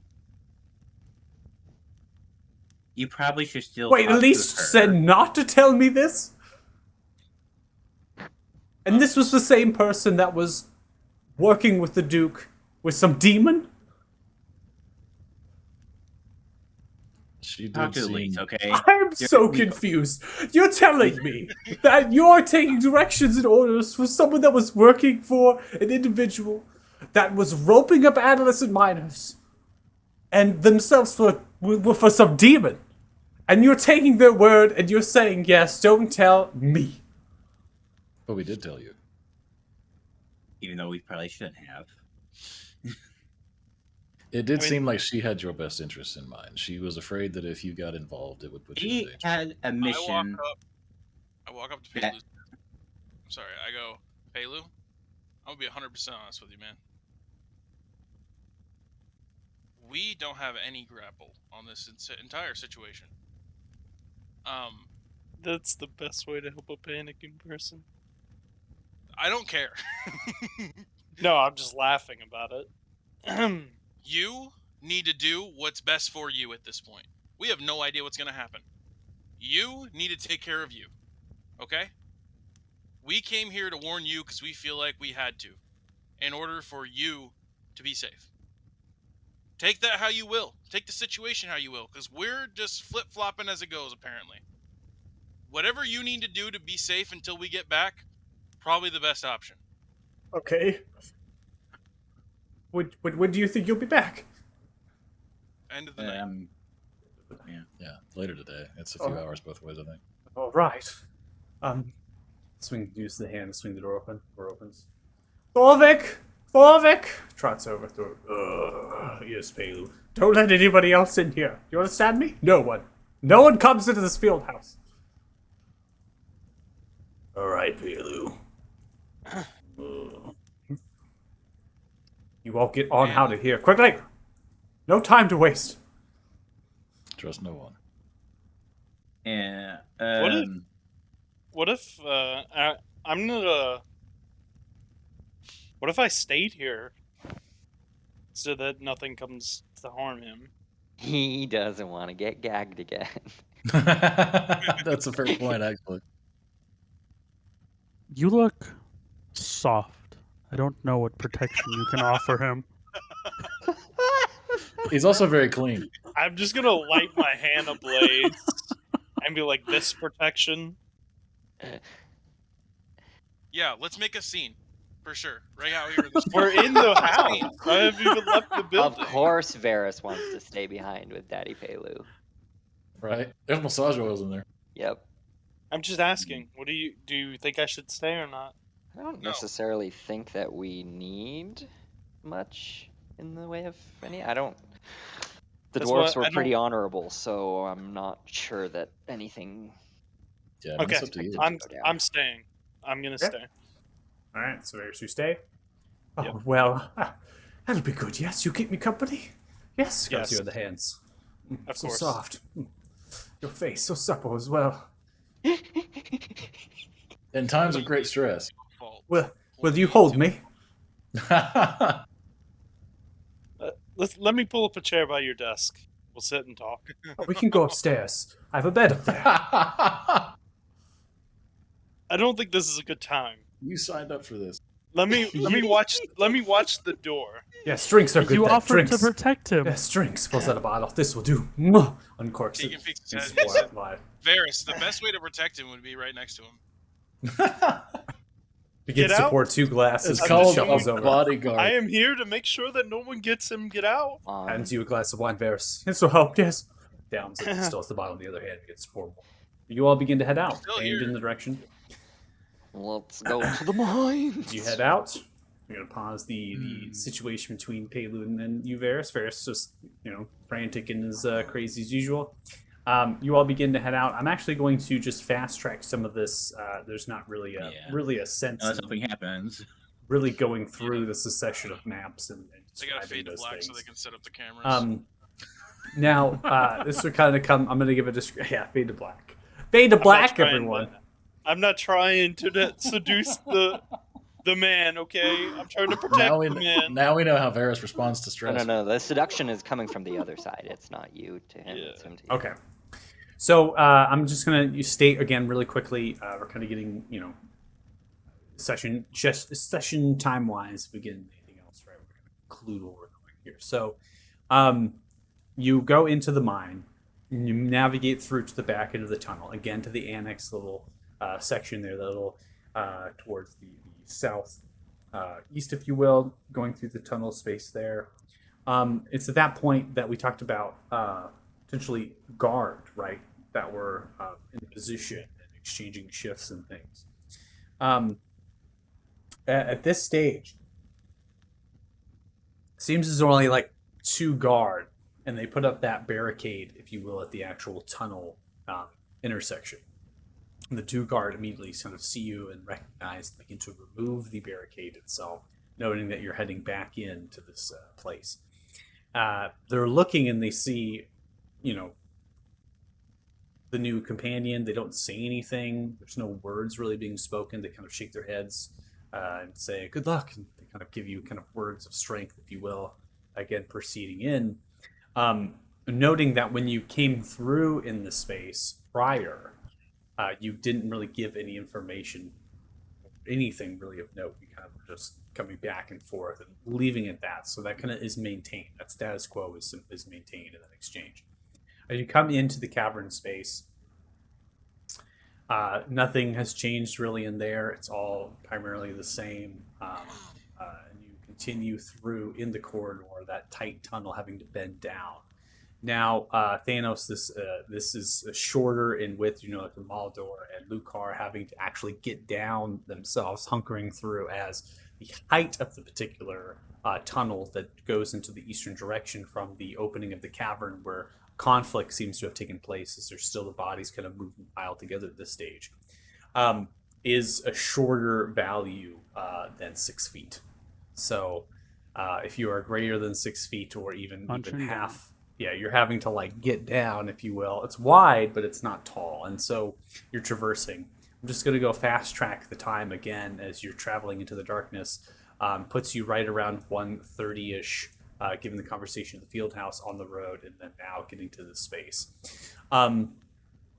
You are in complete darkness in most of the Endeavor, especially in the mine itself. So you, Thanos, are only revealed because of the guards holding bullseye lanterns. So they actually have light that they emit. And the rest of you, unless you're going to be lighting a torch or giving yourselves, some sort of source of light, Thanos just disappears. Just in the actual darkness, complete otherness, just it's not even there. You're confident though, because you can hear. I mean, obviously, you're not trying to be stealthy at this stage. You're just following along, so you can hear the stomping of footprints and scraping against the rock with certain things. You understand that. I'm now going to activate this scene, and then I'm going to add pause our sound effect there with the fireplace, and I went ahead and recycled, and looks like I got some SFX sounds now back up. So start kind of getting those queued up.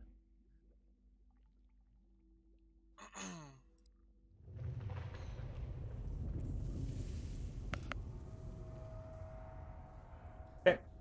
So as you could kind of come into this space, this is the first time, Thanos, you've been seeing this.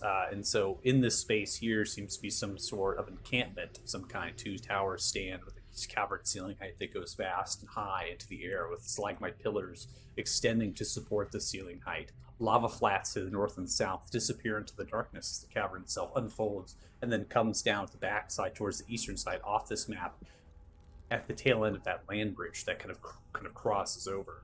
And a geological standpoint, this land bridge has taken the wear and tear of the lava flats on either side of it, and over time has kind of formed into this shelf, if you will. 200 feet drop to the actual lava flats, and then 100 more feet above the land bridge towards the cavern, stalagmite riddled ceiling.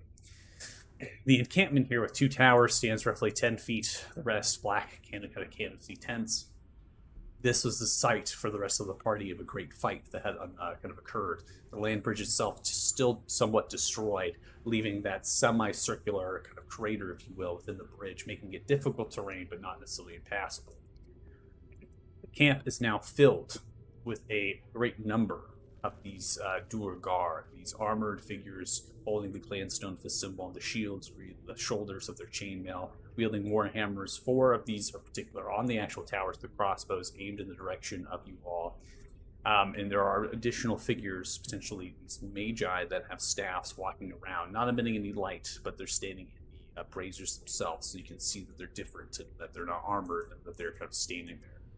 nonchalantly here, you're just approaching. You know that there's an arrangement made, and so you're not anticipating anything that would be hostility. And with the crossbows raised, coming into their visible range, they begin to yell out, speaks in common towards approach. And they kind of lower the crossbows down.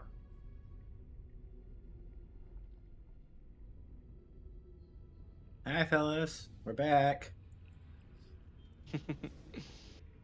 Is the lava giving off enough light that I am not hidden from them right now? Correct. The lava flats themselves are giving off dim light enough to fill the cavern space, as well as the braziers are shining this great kind of effervescent green light. If you're kind of tucked into the backside, roughly here and towards the west side of the map, you would be invisible. But coming into the light space of the land bridge, the dim light of the lava flats is enough to give the kind of make you visible. We have a delivery for your prince.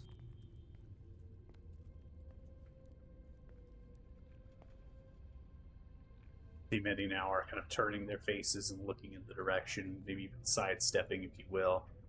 Kind of coming through as one of the mages looking in the direction of you all.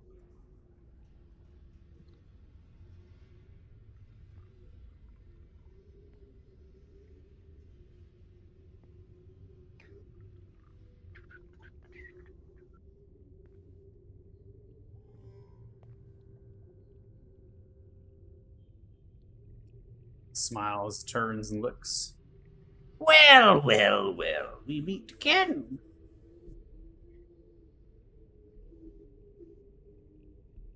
This individual seems to be wearing the same ring that you had captured off the body. Seems to also have the same voice. Not necessarily the same face, and the eyes and the age is completely different.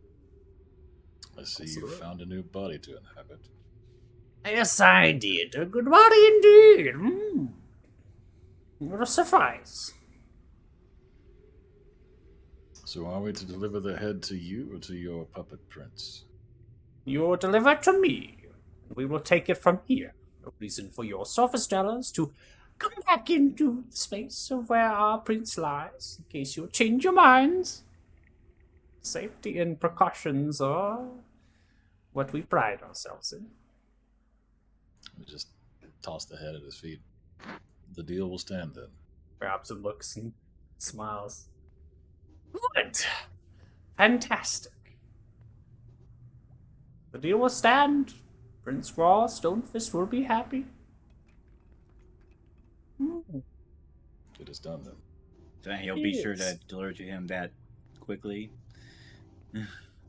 Oh, we will. I will deliver this very quickly. Can I insight him? Sure. He's probably telling the truth, but I'm paranoid. Seems to be telling the truth. What do you know about this this Duke's demonic patronage? Smiles and looks. I know some things, I know. But does that truly concern you now? I see a great deal of complications and perplexing upon your faces. And perhaps a new one. What is your name? My name? My Yes, name is yours. Thanos. Interesting. Be careful, he has a habit of getting into people's minds. Don't tell him my secrets, please. He doesn't want to be there, I promise you. Those nightmares are not for... That's what I said. Before you chopped Farrah's head off, almost. The treacherous Duke had many allies. It was why he was sought after for agreement. To serve and to help. I kind of lightly uncover, so he can see the, humanoid skin cover on this book I'm carrying in a pack on my side, and just ask if he knows anything about it and should we be concerned. What is that needs to be concerned with? There's a lot Seems going on to here that we be don't understand. Well, why do you care to understand? Why wouldn't we? Are we in any danger? In danger from who?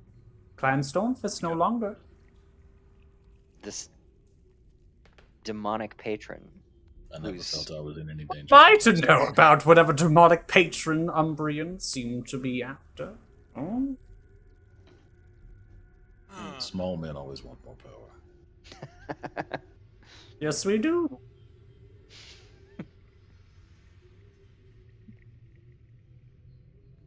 Looks towards you, Meldor, and stares up, looks up down. You may be larger than me, but small in the mind.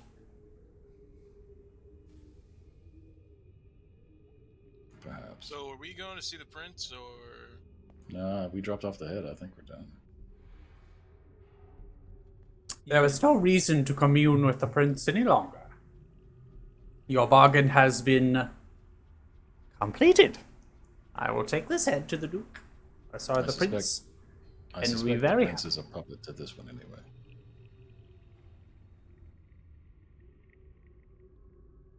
You suspect a great many things, and of course, you are wrong. That's fine. Don't worry about it. You want me to take your leave now? Get going.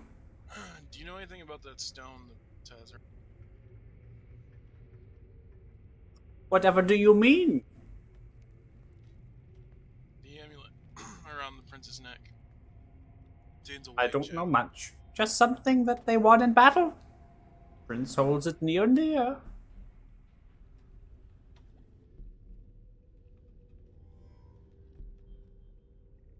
I'm curious. Why do you have interest of it?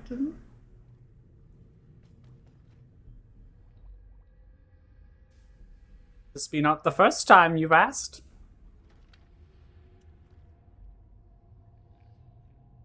I kind of looked at the party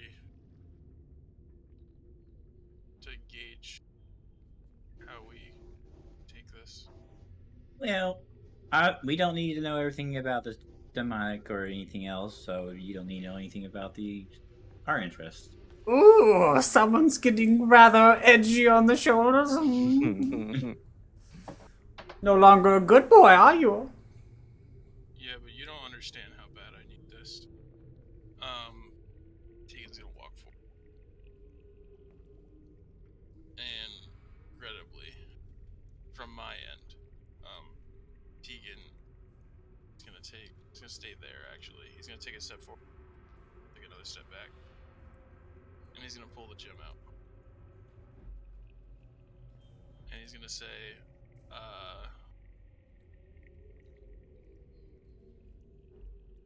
I believe it belongs with this. What you believe and what are exactly there are not exactly the same. Still don't get why I care.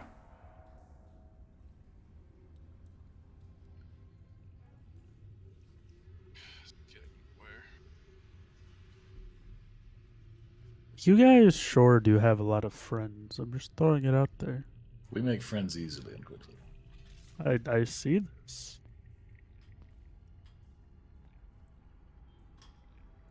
This one's mostly harmless. He just likes to crawl in your head and whistle. Mostly harmless, says the one who No, almost killed their pretty much. friend. Which is not here. Did you finally finish them off? No, he just wasn't a big fan of, being gagged on the way down. Or having his mind penetrated? No, I did not kill him. I killed many of you. Ooh. Looks around. I'd like to see that happen again, shall we? Perhaps some other time. If I find out the village has suffered attacks from you again, you may very well see that. But I will will you hold be the here prince to to his know? Stops and turns. I can always come back. You could. You could. Now, get the fuck out of here, please. Thank you. Gladly. Turns for leave.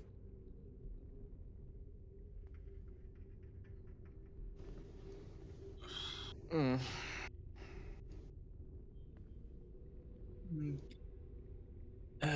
Goodbye. And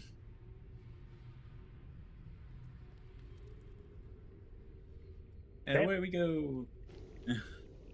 Starting to see a pattern here. All right, you head back.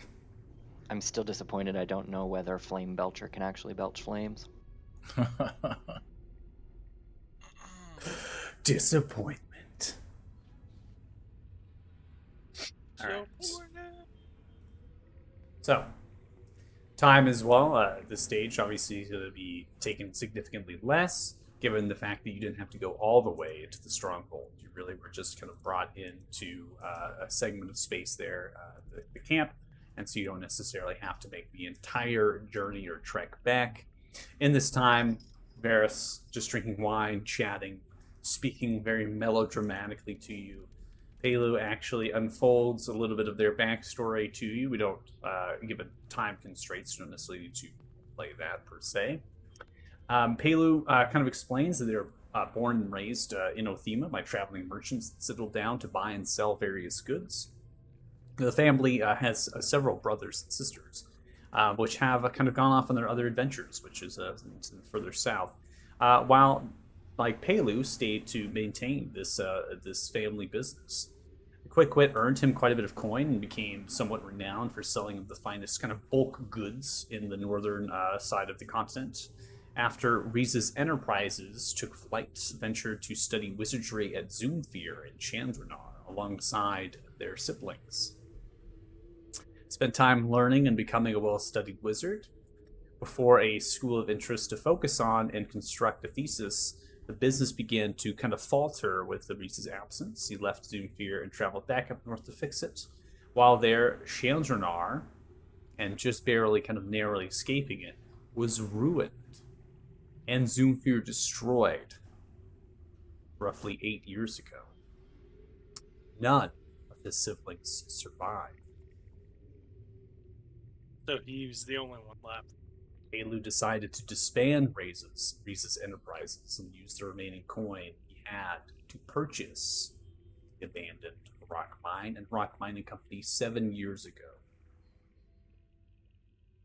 Bought the deed through Freemar in the Commoners Guild in Othema and set off to get themselves away from the stage. Is quite drunk, sloshing around after chugging this wine and anticipation that they might be in harm's way, and knowing that their siblings are all gone has been quite touchy-feely to you, but is not making any advances that would not be similar to Peyton. Just sitting around the desk, enjoying the conversation and whatnot. This stage, I'm going to activate the field house back on after the hours of travel have kind of passed on, drinking and sloshing your way around. You're now coming to the afternoon, and you all have made your way back. If there's anything you would like to ask in that, Varys, if you want to interrupt, right, and have maybe a roleplay conversation, if you have any questions on that, we can. So he's the only sibling left, is what I would. None of your siblings are left. No, none of them. All perished. And parents are gone as well. Died, yes. Troubling time indeed. Oh, the tragedy! I'm quite sorry for your loss. My brother, a couple years back, left our home on the same journey that I'm on, and he never came back. So, I'm also without my sibling. How long ago was this? I don't think I actually wrote that down. I'll just say 6 years ago. 6 years. That's always the time. It never changes. You never really forget.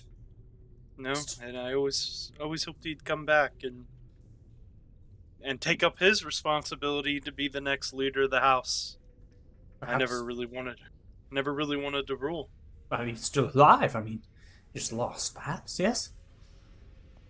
That is some of my hope of coming on this journey.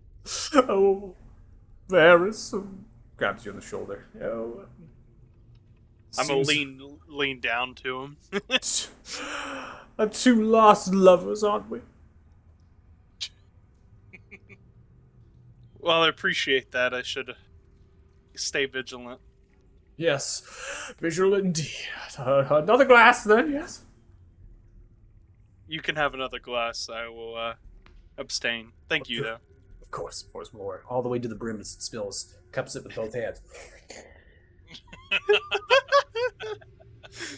As we arrive, is there a sock on the doorknob? No socket. But yes, you are back.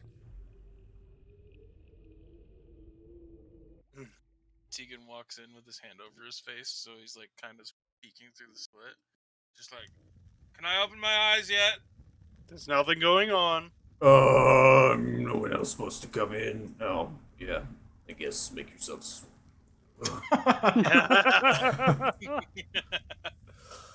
Security's really good. Hate this job. Pelu is fine. Pelu, we're gonna He's move you very to drunk, the but desk. Pelu is fine. Pelu just throws the hand, shuts the door, and crashes wide, spills all over the desk. Oh, you're back. This is good. Welcome back. Everything going well? Yeah, the deal's done, right, guys? The deed is done. The door should bother you no more. That's good. Wine, anyone? Just I'm alright. No? No, more for me then. Oh, yes, good. Honestly, I think I need something stronger than wine. Stumbles, hits into the desk, trips over it, falls into the wardrobe, knocks himself out.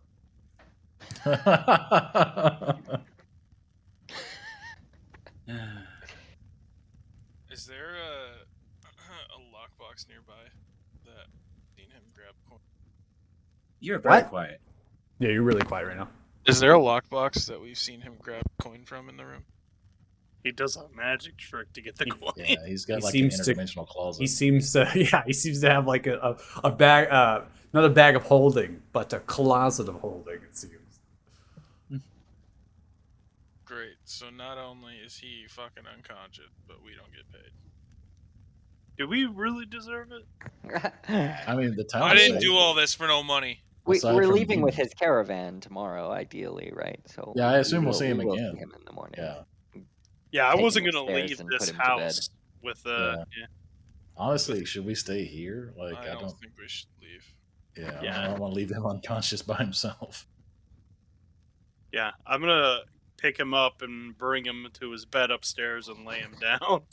Yeah, Someone you- should fill in the captain. What captain? See, Varys, as you bring him to the bed upstairs, it's a Okay. nice, luxurious bed with kind of silk and cotton sheets neatly made. More like a loft, this upstairs, right? So everything's kind of open, it's floor plan. There's another dining table up there, a wardrobe that's really immaculate, has multiple mirrors, potentially for arranging themselves proper. Set upon the bed as you do the sheets and things. And the bed itself was quite small, right? Fit for this particular gnome. Kind of slowly is groggy and muttering things to themselves as you set them down. Or you let go of your hands, they kind of reach and grab onto the arm and just hold you there. And kind of just hear a whisper, a voice kind of coming out from the unconscious state of this particular gnome. I love you. Make sure he doesn't make the bed all dirty. I'll prestidigitation him clean. Okay. And I'll give him a kiss on the forehead and be like, good night. Aww. Kiss on the forehead, goodnight, and you proceed back downstairs. I don't get the impression that even being a mining foreman, that Pelu ever gets dirty. Unless it's intentional. Well, he fell on the ground. With the, Yeah. yeah, so that was my thing. Is that he like damn near knocked himself out. So pick a corner, I guess. Yeah, I mean, lock the we- door. yeah, I want just- to. We just, if nothing else, I wanted to check in on Clovis. That's a good point. Yeah, I think we should inform the captain of what has happened as well, and that we're getting the fuck out of here. And passage we're is waiting on arranged. the Oh yeah, my Because God. the Caravan caravan's is tomorrow. tomorrow. Yeah. The first one, anyways. Well, I'm gonna hang around here. Doing the same job I've been doing. Yeah, does somebody just want to like go fetch the captain and bring him back here? I still feel like we should probably mostly. I stay mean, There I'm was going one either thing that way, so I can Palu always- Palu did also speak about prospectors, missing prospectors. Yeah, How far away was that again? it was up north. I knew that part, but like, how much of a walk was that? Up on the ridgeline, half a day maybe. Travel to get up on the ridgeline where they were supposed to go. Is it? And the how- caravan comes in tomorrow or the day after? Tomorrow. That's the Up front. first one, and there's another one a week There's after. another one a week after. Yeah. I mean, at this I don't- at this point, We'll you probably know, have time regardless. I don't, you know, you have to imagine in your minds here, you know, obviously the caravan needs to run its schedule, but Do we know what with time of the everything day happening, it right? it departs? first light. So Yeah. it's tomorrow morning, and they ask crack of dawn. Yeah, I mean, I don't want to stay here. I was gonna say I don't know that we should stay for a week. That's probably bad for us. It might even be bad for everybody else. Yeah, I guess I won't- I guess what I'm getting at with everything that has happened and things. I know Palu is unconscious, and you can't really ask Palu directly, but there could be some leeway as far as the caravan, what time it's schedule. leaving. Yeah, the scheduling. Right. So, Like, I we think would, I think I think- Varys would just be like, I want to leave here. I feel well, I like mean- we've done enough. I you think we do have time if we want.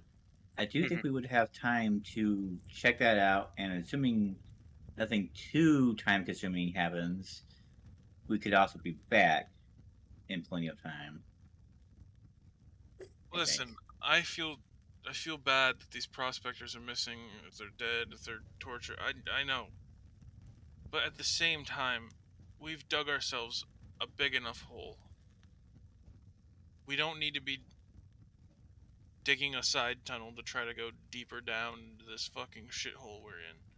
We need to start climbing out. And being in this town with the Duke's body not even a mile away, with multiple witnesses stating that we broke into his home and were openly attacking him, probably Honestly- not the best idea. I suppose it really comes down to Elise and what she decides to tell people. Elise, people- in my eyes, I don't think she gives a shit. I think she's leaving the first chance she gets. No, I don't think she is. I think she's still going to be here. I Could don't see it care going better. Yeah, I feel like about we've this town or accomplished. anything else that's happening. I'm ready to go. We solved the dwarf problem. We've secured passage. I would like to check in with the captain and just let him know that we've secured passage for his people if they'd like it. No, the captain's coming along for the ride. Yeah, that's my assumption, but it's up to Okay, him. I'm going to sleep. He's going to sleep with them. I'm gonna sleep out in the hallway. Well, I'm going to the tavern to, if for no other reason, to check in on Colas and talk to the captain. Go I ahead. assume he's there. I just don't want to leave this place because I feel like, like there's nothing other than talking to the captain. There's nothing that would like bring me out of here. Basically, is what I'm. isn't the getting at. bar literally? Isn't the tavern literally next door? That's like half an hour away. No. Yeah. It's, You're at it's the on the field house south currently. side. It's a bit of a walk. It's about half an hour, yeah. Well, we could always check in with him in the morning. I don't know. It's up to you. I'll probably stay here tonight. Yeah, I mean it's not that late. It's only 4:30, right? Well, right. If we're going to leave tomorrow and the caravan leaves at first light, him and his people need to know to prepare. That's a good point. Well, I'm sure he was already preparing. But yes, we should make sure. Okay, so some of us staying here and some of us going to talk to him. Then? Yeah. All right. Well, I will accompany you to talk to the captain. Same.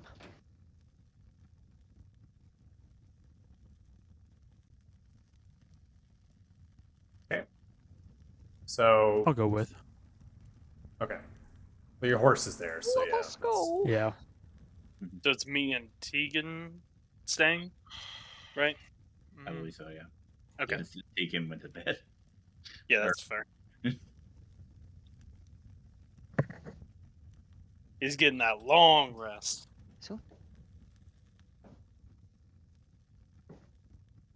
Right, so Tegan, you're staying with Varys then, right? Here at the I'm in the hallway at the door to his bedroom. Okay. So you both are going to stay here. Yeah. And the rest of you all, Zeph, you're going or staying? Yeah, I was probably our first out the door. Yeah, first out the door. So Zeph, Maldor, and Lucar and Thanos are heading back to the tavern. I don't like the way you're saying these things. In a very specific order. I'm just Big trying to plus figure. I'm just trying to figure out. Put it right onto the Positions, map. positions on everybody. Well, I'm going to activate it so even those you can Yeah. have still vision. So all your tokens will be there, but I just wanted to clarify who's all what. So a half an hour kind of passes by as you begin to make way. A little bit of exchange of miners, especially on swing shift, and kind of a little bit of the crowd speaking and kind of talking about themselves in the canopies and the kind of southern section towards the field house. You begin to head in the direction of the tavern, begin winding down. Thanos, you have control. It's configured now that there should be a summon of your horse. Your actual horse's name is called Softy. That is currently in the kind of covered area nearby the tavern, which you've just loosely roped down and expecting to stay on foot for your travels throughout the village. Given that Softy's tired, needs food, kind of resting and bedding down. Barlow has been eager to provide food for your horse. Just making sure your horse is attended to, pardon courtesy, and then would offer to also stable them within the stables. But you were, more or less saying, hey, I'm not sure how long I'm actually going to be here, right? Do I really want to go through with that? It's also your horse, and you want to keep that to yourself. So you now have kind of made way towards the tavern, passing by the blacksmith and the kind of the trade square, the village square. It seems that there are several guard that are currently talking to some of the traders. They're kind of dotting around, one of which is actually talking to the blacksmith currently. You're kind of keeping your head down, just making it and just moving through. Eventually, you see the tavern in space, the lapidary destroyed. The wall is kind of blown in across the street from it, a little bit up from the actual map here towards the bottom left side. And, individuals have kind of cleared out of it. It's really just kind of sitting there now currently, and nothing really has changed. There's just not really anybody nearby it as of current. So you all make your way here to the tavern, and I'm going to activate the scene for you.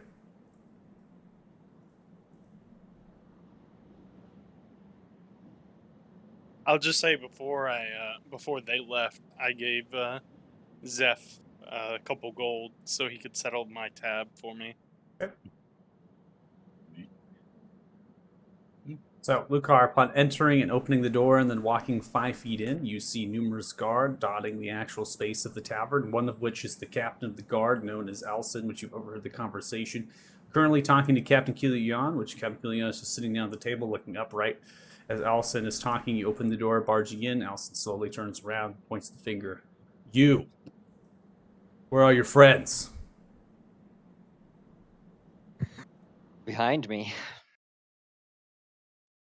Get in here now.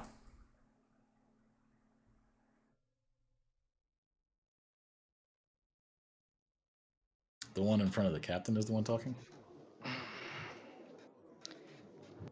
Here, I'll just I'm gonna move my coin in there so I can see everything. But I'm Yeah, not if you gonna want to do move that. your tokens to get vision, yeah, more than welcome.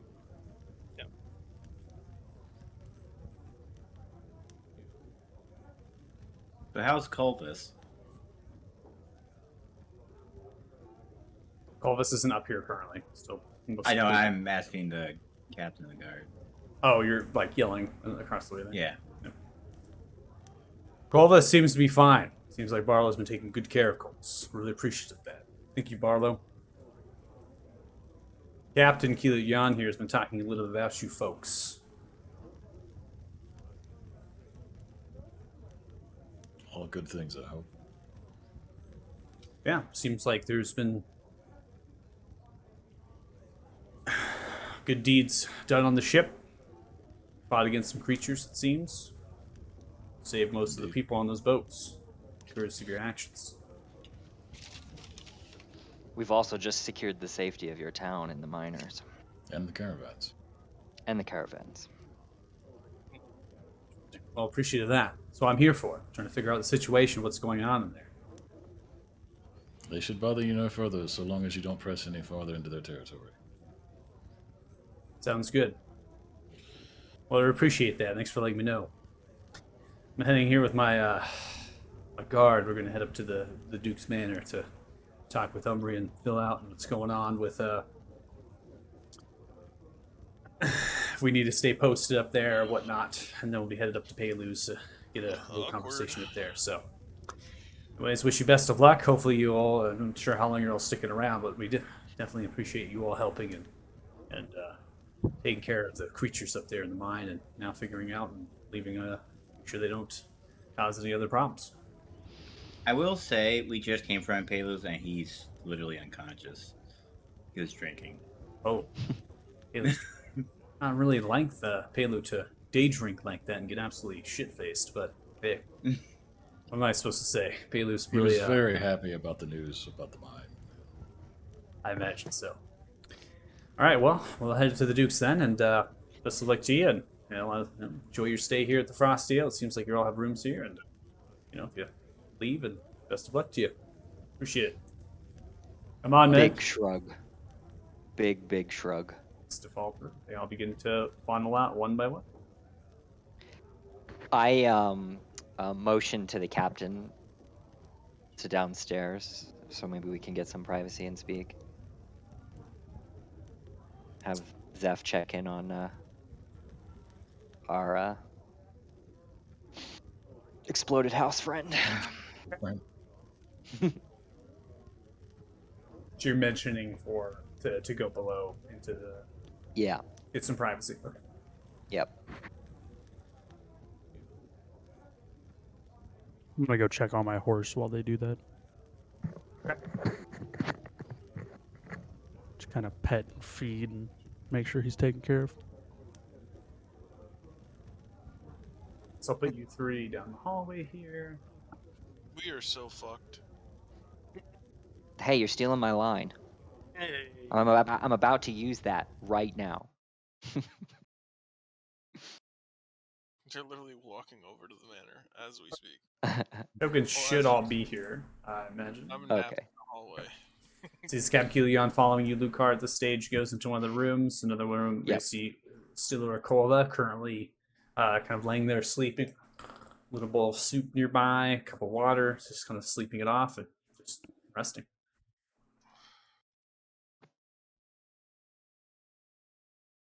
So this Maldor comes in and motion to him to close the door. Look at the captain and say, "We are absolutely fucked again." And then fill him in on everything. Oh, it's the end. We are so royally fucked. That's what I said. Are you serious right now? What in the fuck why did you think that was good? We have a fucking boatload of people here. Of the striker. We have crew, We do. We got passengers.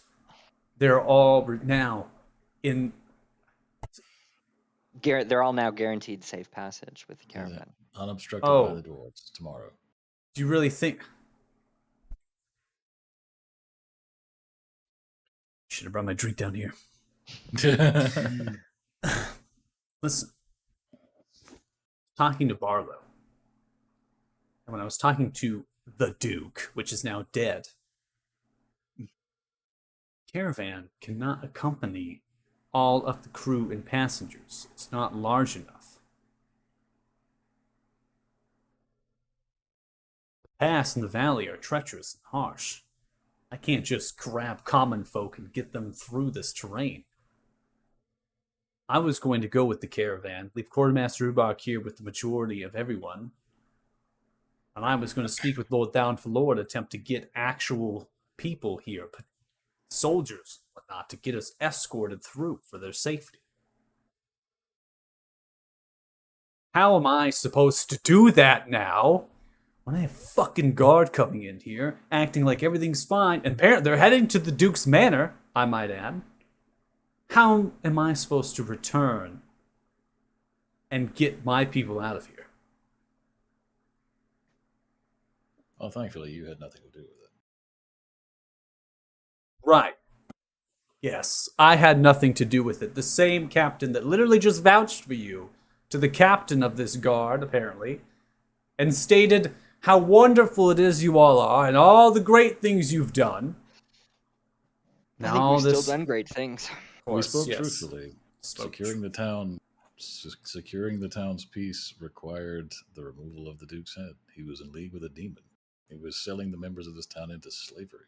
And how confident are you? I'll be quite frank here, because we are very fucked. How confident are you that Elise is honest and telling you all the truth? Perhaps we leave on this caravan, and then all of a sudden shit just goes awry, and then all my people are either A, sacrificed to some sort of demon creature. I had no B. I was going there, but I just Maldor and I saw this Duke's demonic power. Yes, he was definitely in league with something. We also found his altar and this book that Lucar has on him. I'd toss it at his feet. It's very grotesque. fuck do I want with that? Get the fuck away from me. The point is, we did this town a favor. You did this town a favor of what?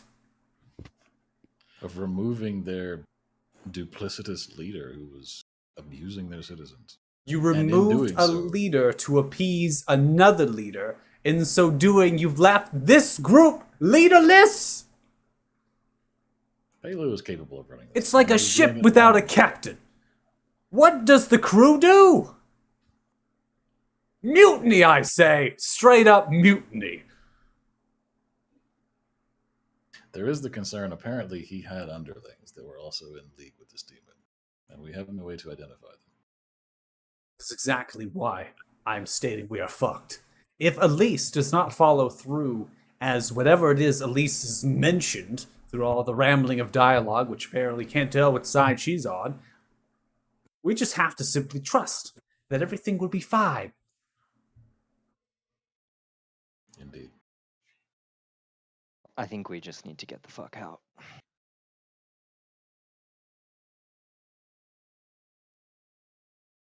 Yeah, but I think the problem as he has mentioned, is that doesn't really help the rest of the group. Perhaps we could increase the size of the caravan. I mean, everything has gone to hell. It seems that we might be able to. I don't think they have. I think Make the adjustments. problem. I think the main problem is that they don't have enough wagons and such to carry everyone. They can't very well just walk through an already treacherous pass. That's the problem. How many goats were in this town again? The A Harak lot of goats. mining their wagons are not designed to carry people. They are not simply large stagecoaches that we can just throw all of the people in to keep them safe. They also do not have the warm clothes and attire for the great lot of my crew and passengers to be able to get through the pass and the valley, surviving what is called, apparently, 4 days of hell. Literally. I think that was the last 4 days. Right. I see. I'll tell you what. I'm going to stay here. Motherfucker. I'm going to ensure my people don't get destroyed by some sort of demon sacrifice. I'm going to speak to this Elise. Yeah? I'll do what I do best. Captain Keylute fucking Yarn. Yeah? Yeah. And you all Stay the fuck away. get the fuck out of here. I think we part ways is good. Locks the door. Oh, excuse me. I suppose he's up and makes way to go upstairs. Captain Keelu fucking yawn. On that note, we're going to go ahead and end the session. GG. I mean, What do that wasn't we- even actually there. He was still with Calvis checking in, but yeah. Yeah. So Xavier, You probably heard some of that through the wall. I'm sure there was Yeah. some shouting involved. What are we even doing anymore? Nothing right. I don't even- I All right. don't know. I don't agree. I think we've done. Okay, very we were well. we've done good stuff, but we've done just as many bad things too at the same time. We take one step forward and 35 steps back. I have so many questions for you guys. Wrong. Just throwing it out there. Welcome. Yeah. Wrong. Hey, completely different. No, Michael. Would I be able to make more just to have it ahead of time? Can I have a sheet for a second character ready?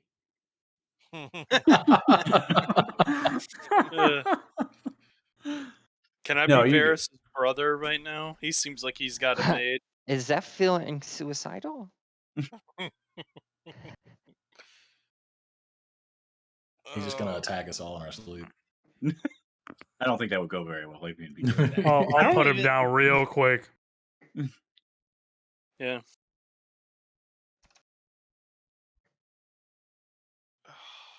All right, so Well- I calculate some experience. Experience, obviously, right. for the death of the Duke. Oh, and yeah. then the role play as forgot well as we navigating even- decision making. Most of Yeah, the I mean, session we're- was spent role playing with yourselves and really debating the moral dilemmas of what had transpired, Yeah, which is good. That's what we need to role play through, so we can't just let the stuff sit and then festers and might get frustrated as players potentially.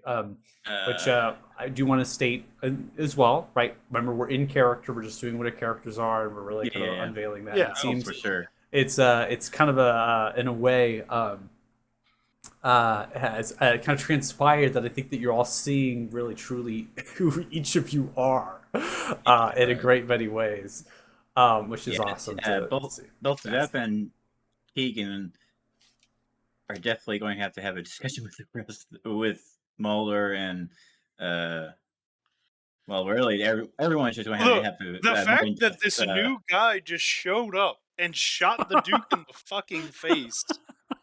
we got Varys some more can't handle. That's Like, on Varys- brand at this point. But Varys on was brand. already having a hard time struggling. Like, okay, how do Yeah. I keep Maldor in line? How do I keep Lucar in line? Because they're pretty chaotic. And then this new guy Yeah. shows up, and he's like, oh, pff. Yeah, we're Right beside you too. This is Yeah, definitely have to be. Yeah, this is definitely going to be an ongoing conversation. I just Yeah, and I don't, think like, again, I think it's really good to have these conversations. Make sure to role play, take the time, because if you let it Yeah. sit, it definitely does fester, and players do eventually get frustrated. So I think that whatever happens in this endeavor, you always have a chance to portray your actions and attempt to do them right. And it's the nature of D&D, and especially the campaign that I have wrote. It has a great level of moral dilemma in it. It really tests players' alignments and their balance, as well as like what they're willing to kind of do and things. It's a lot of kind of a theme, I suppose, maybe with it. So I'm going to end and conclude the stream. So if you're watching, thanks so much. We really appreciate it. Group 7, thanks you as well, and hopefully it was enjoyable to watch Bye, the chaos guys. that unfolded. And we'll be back next week. So. that was See ya. something.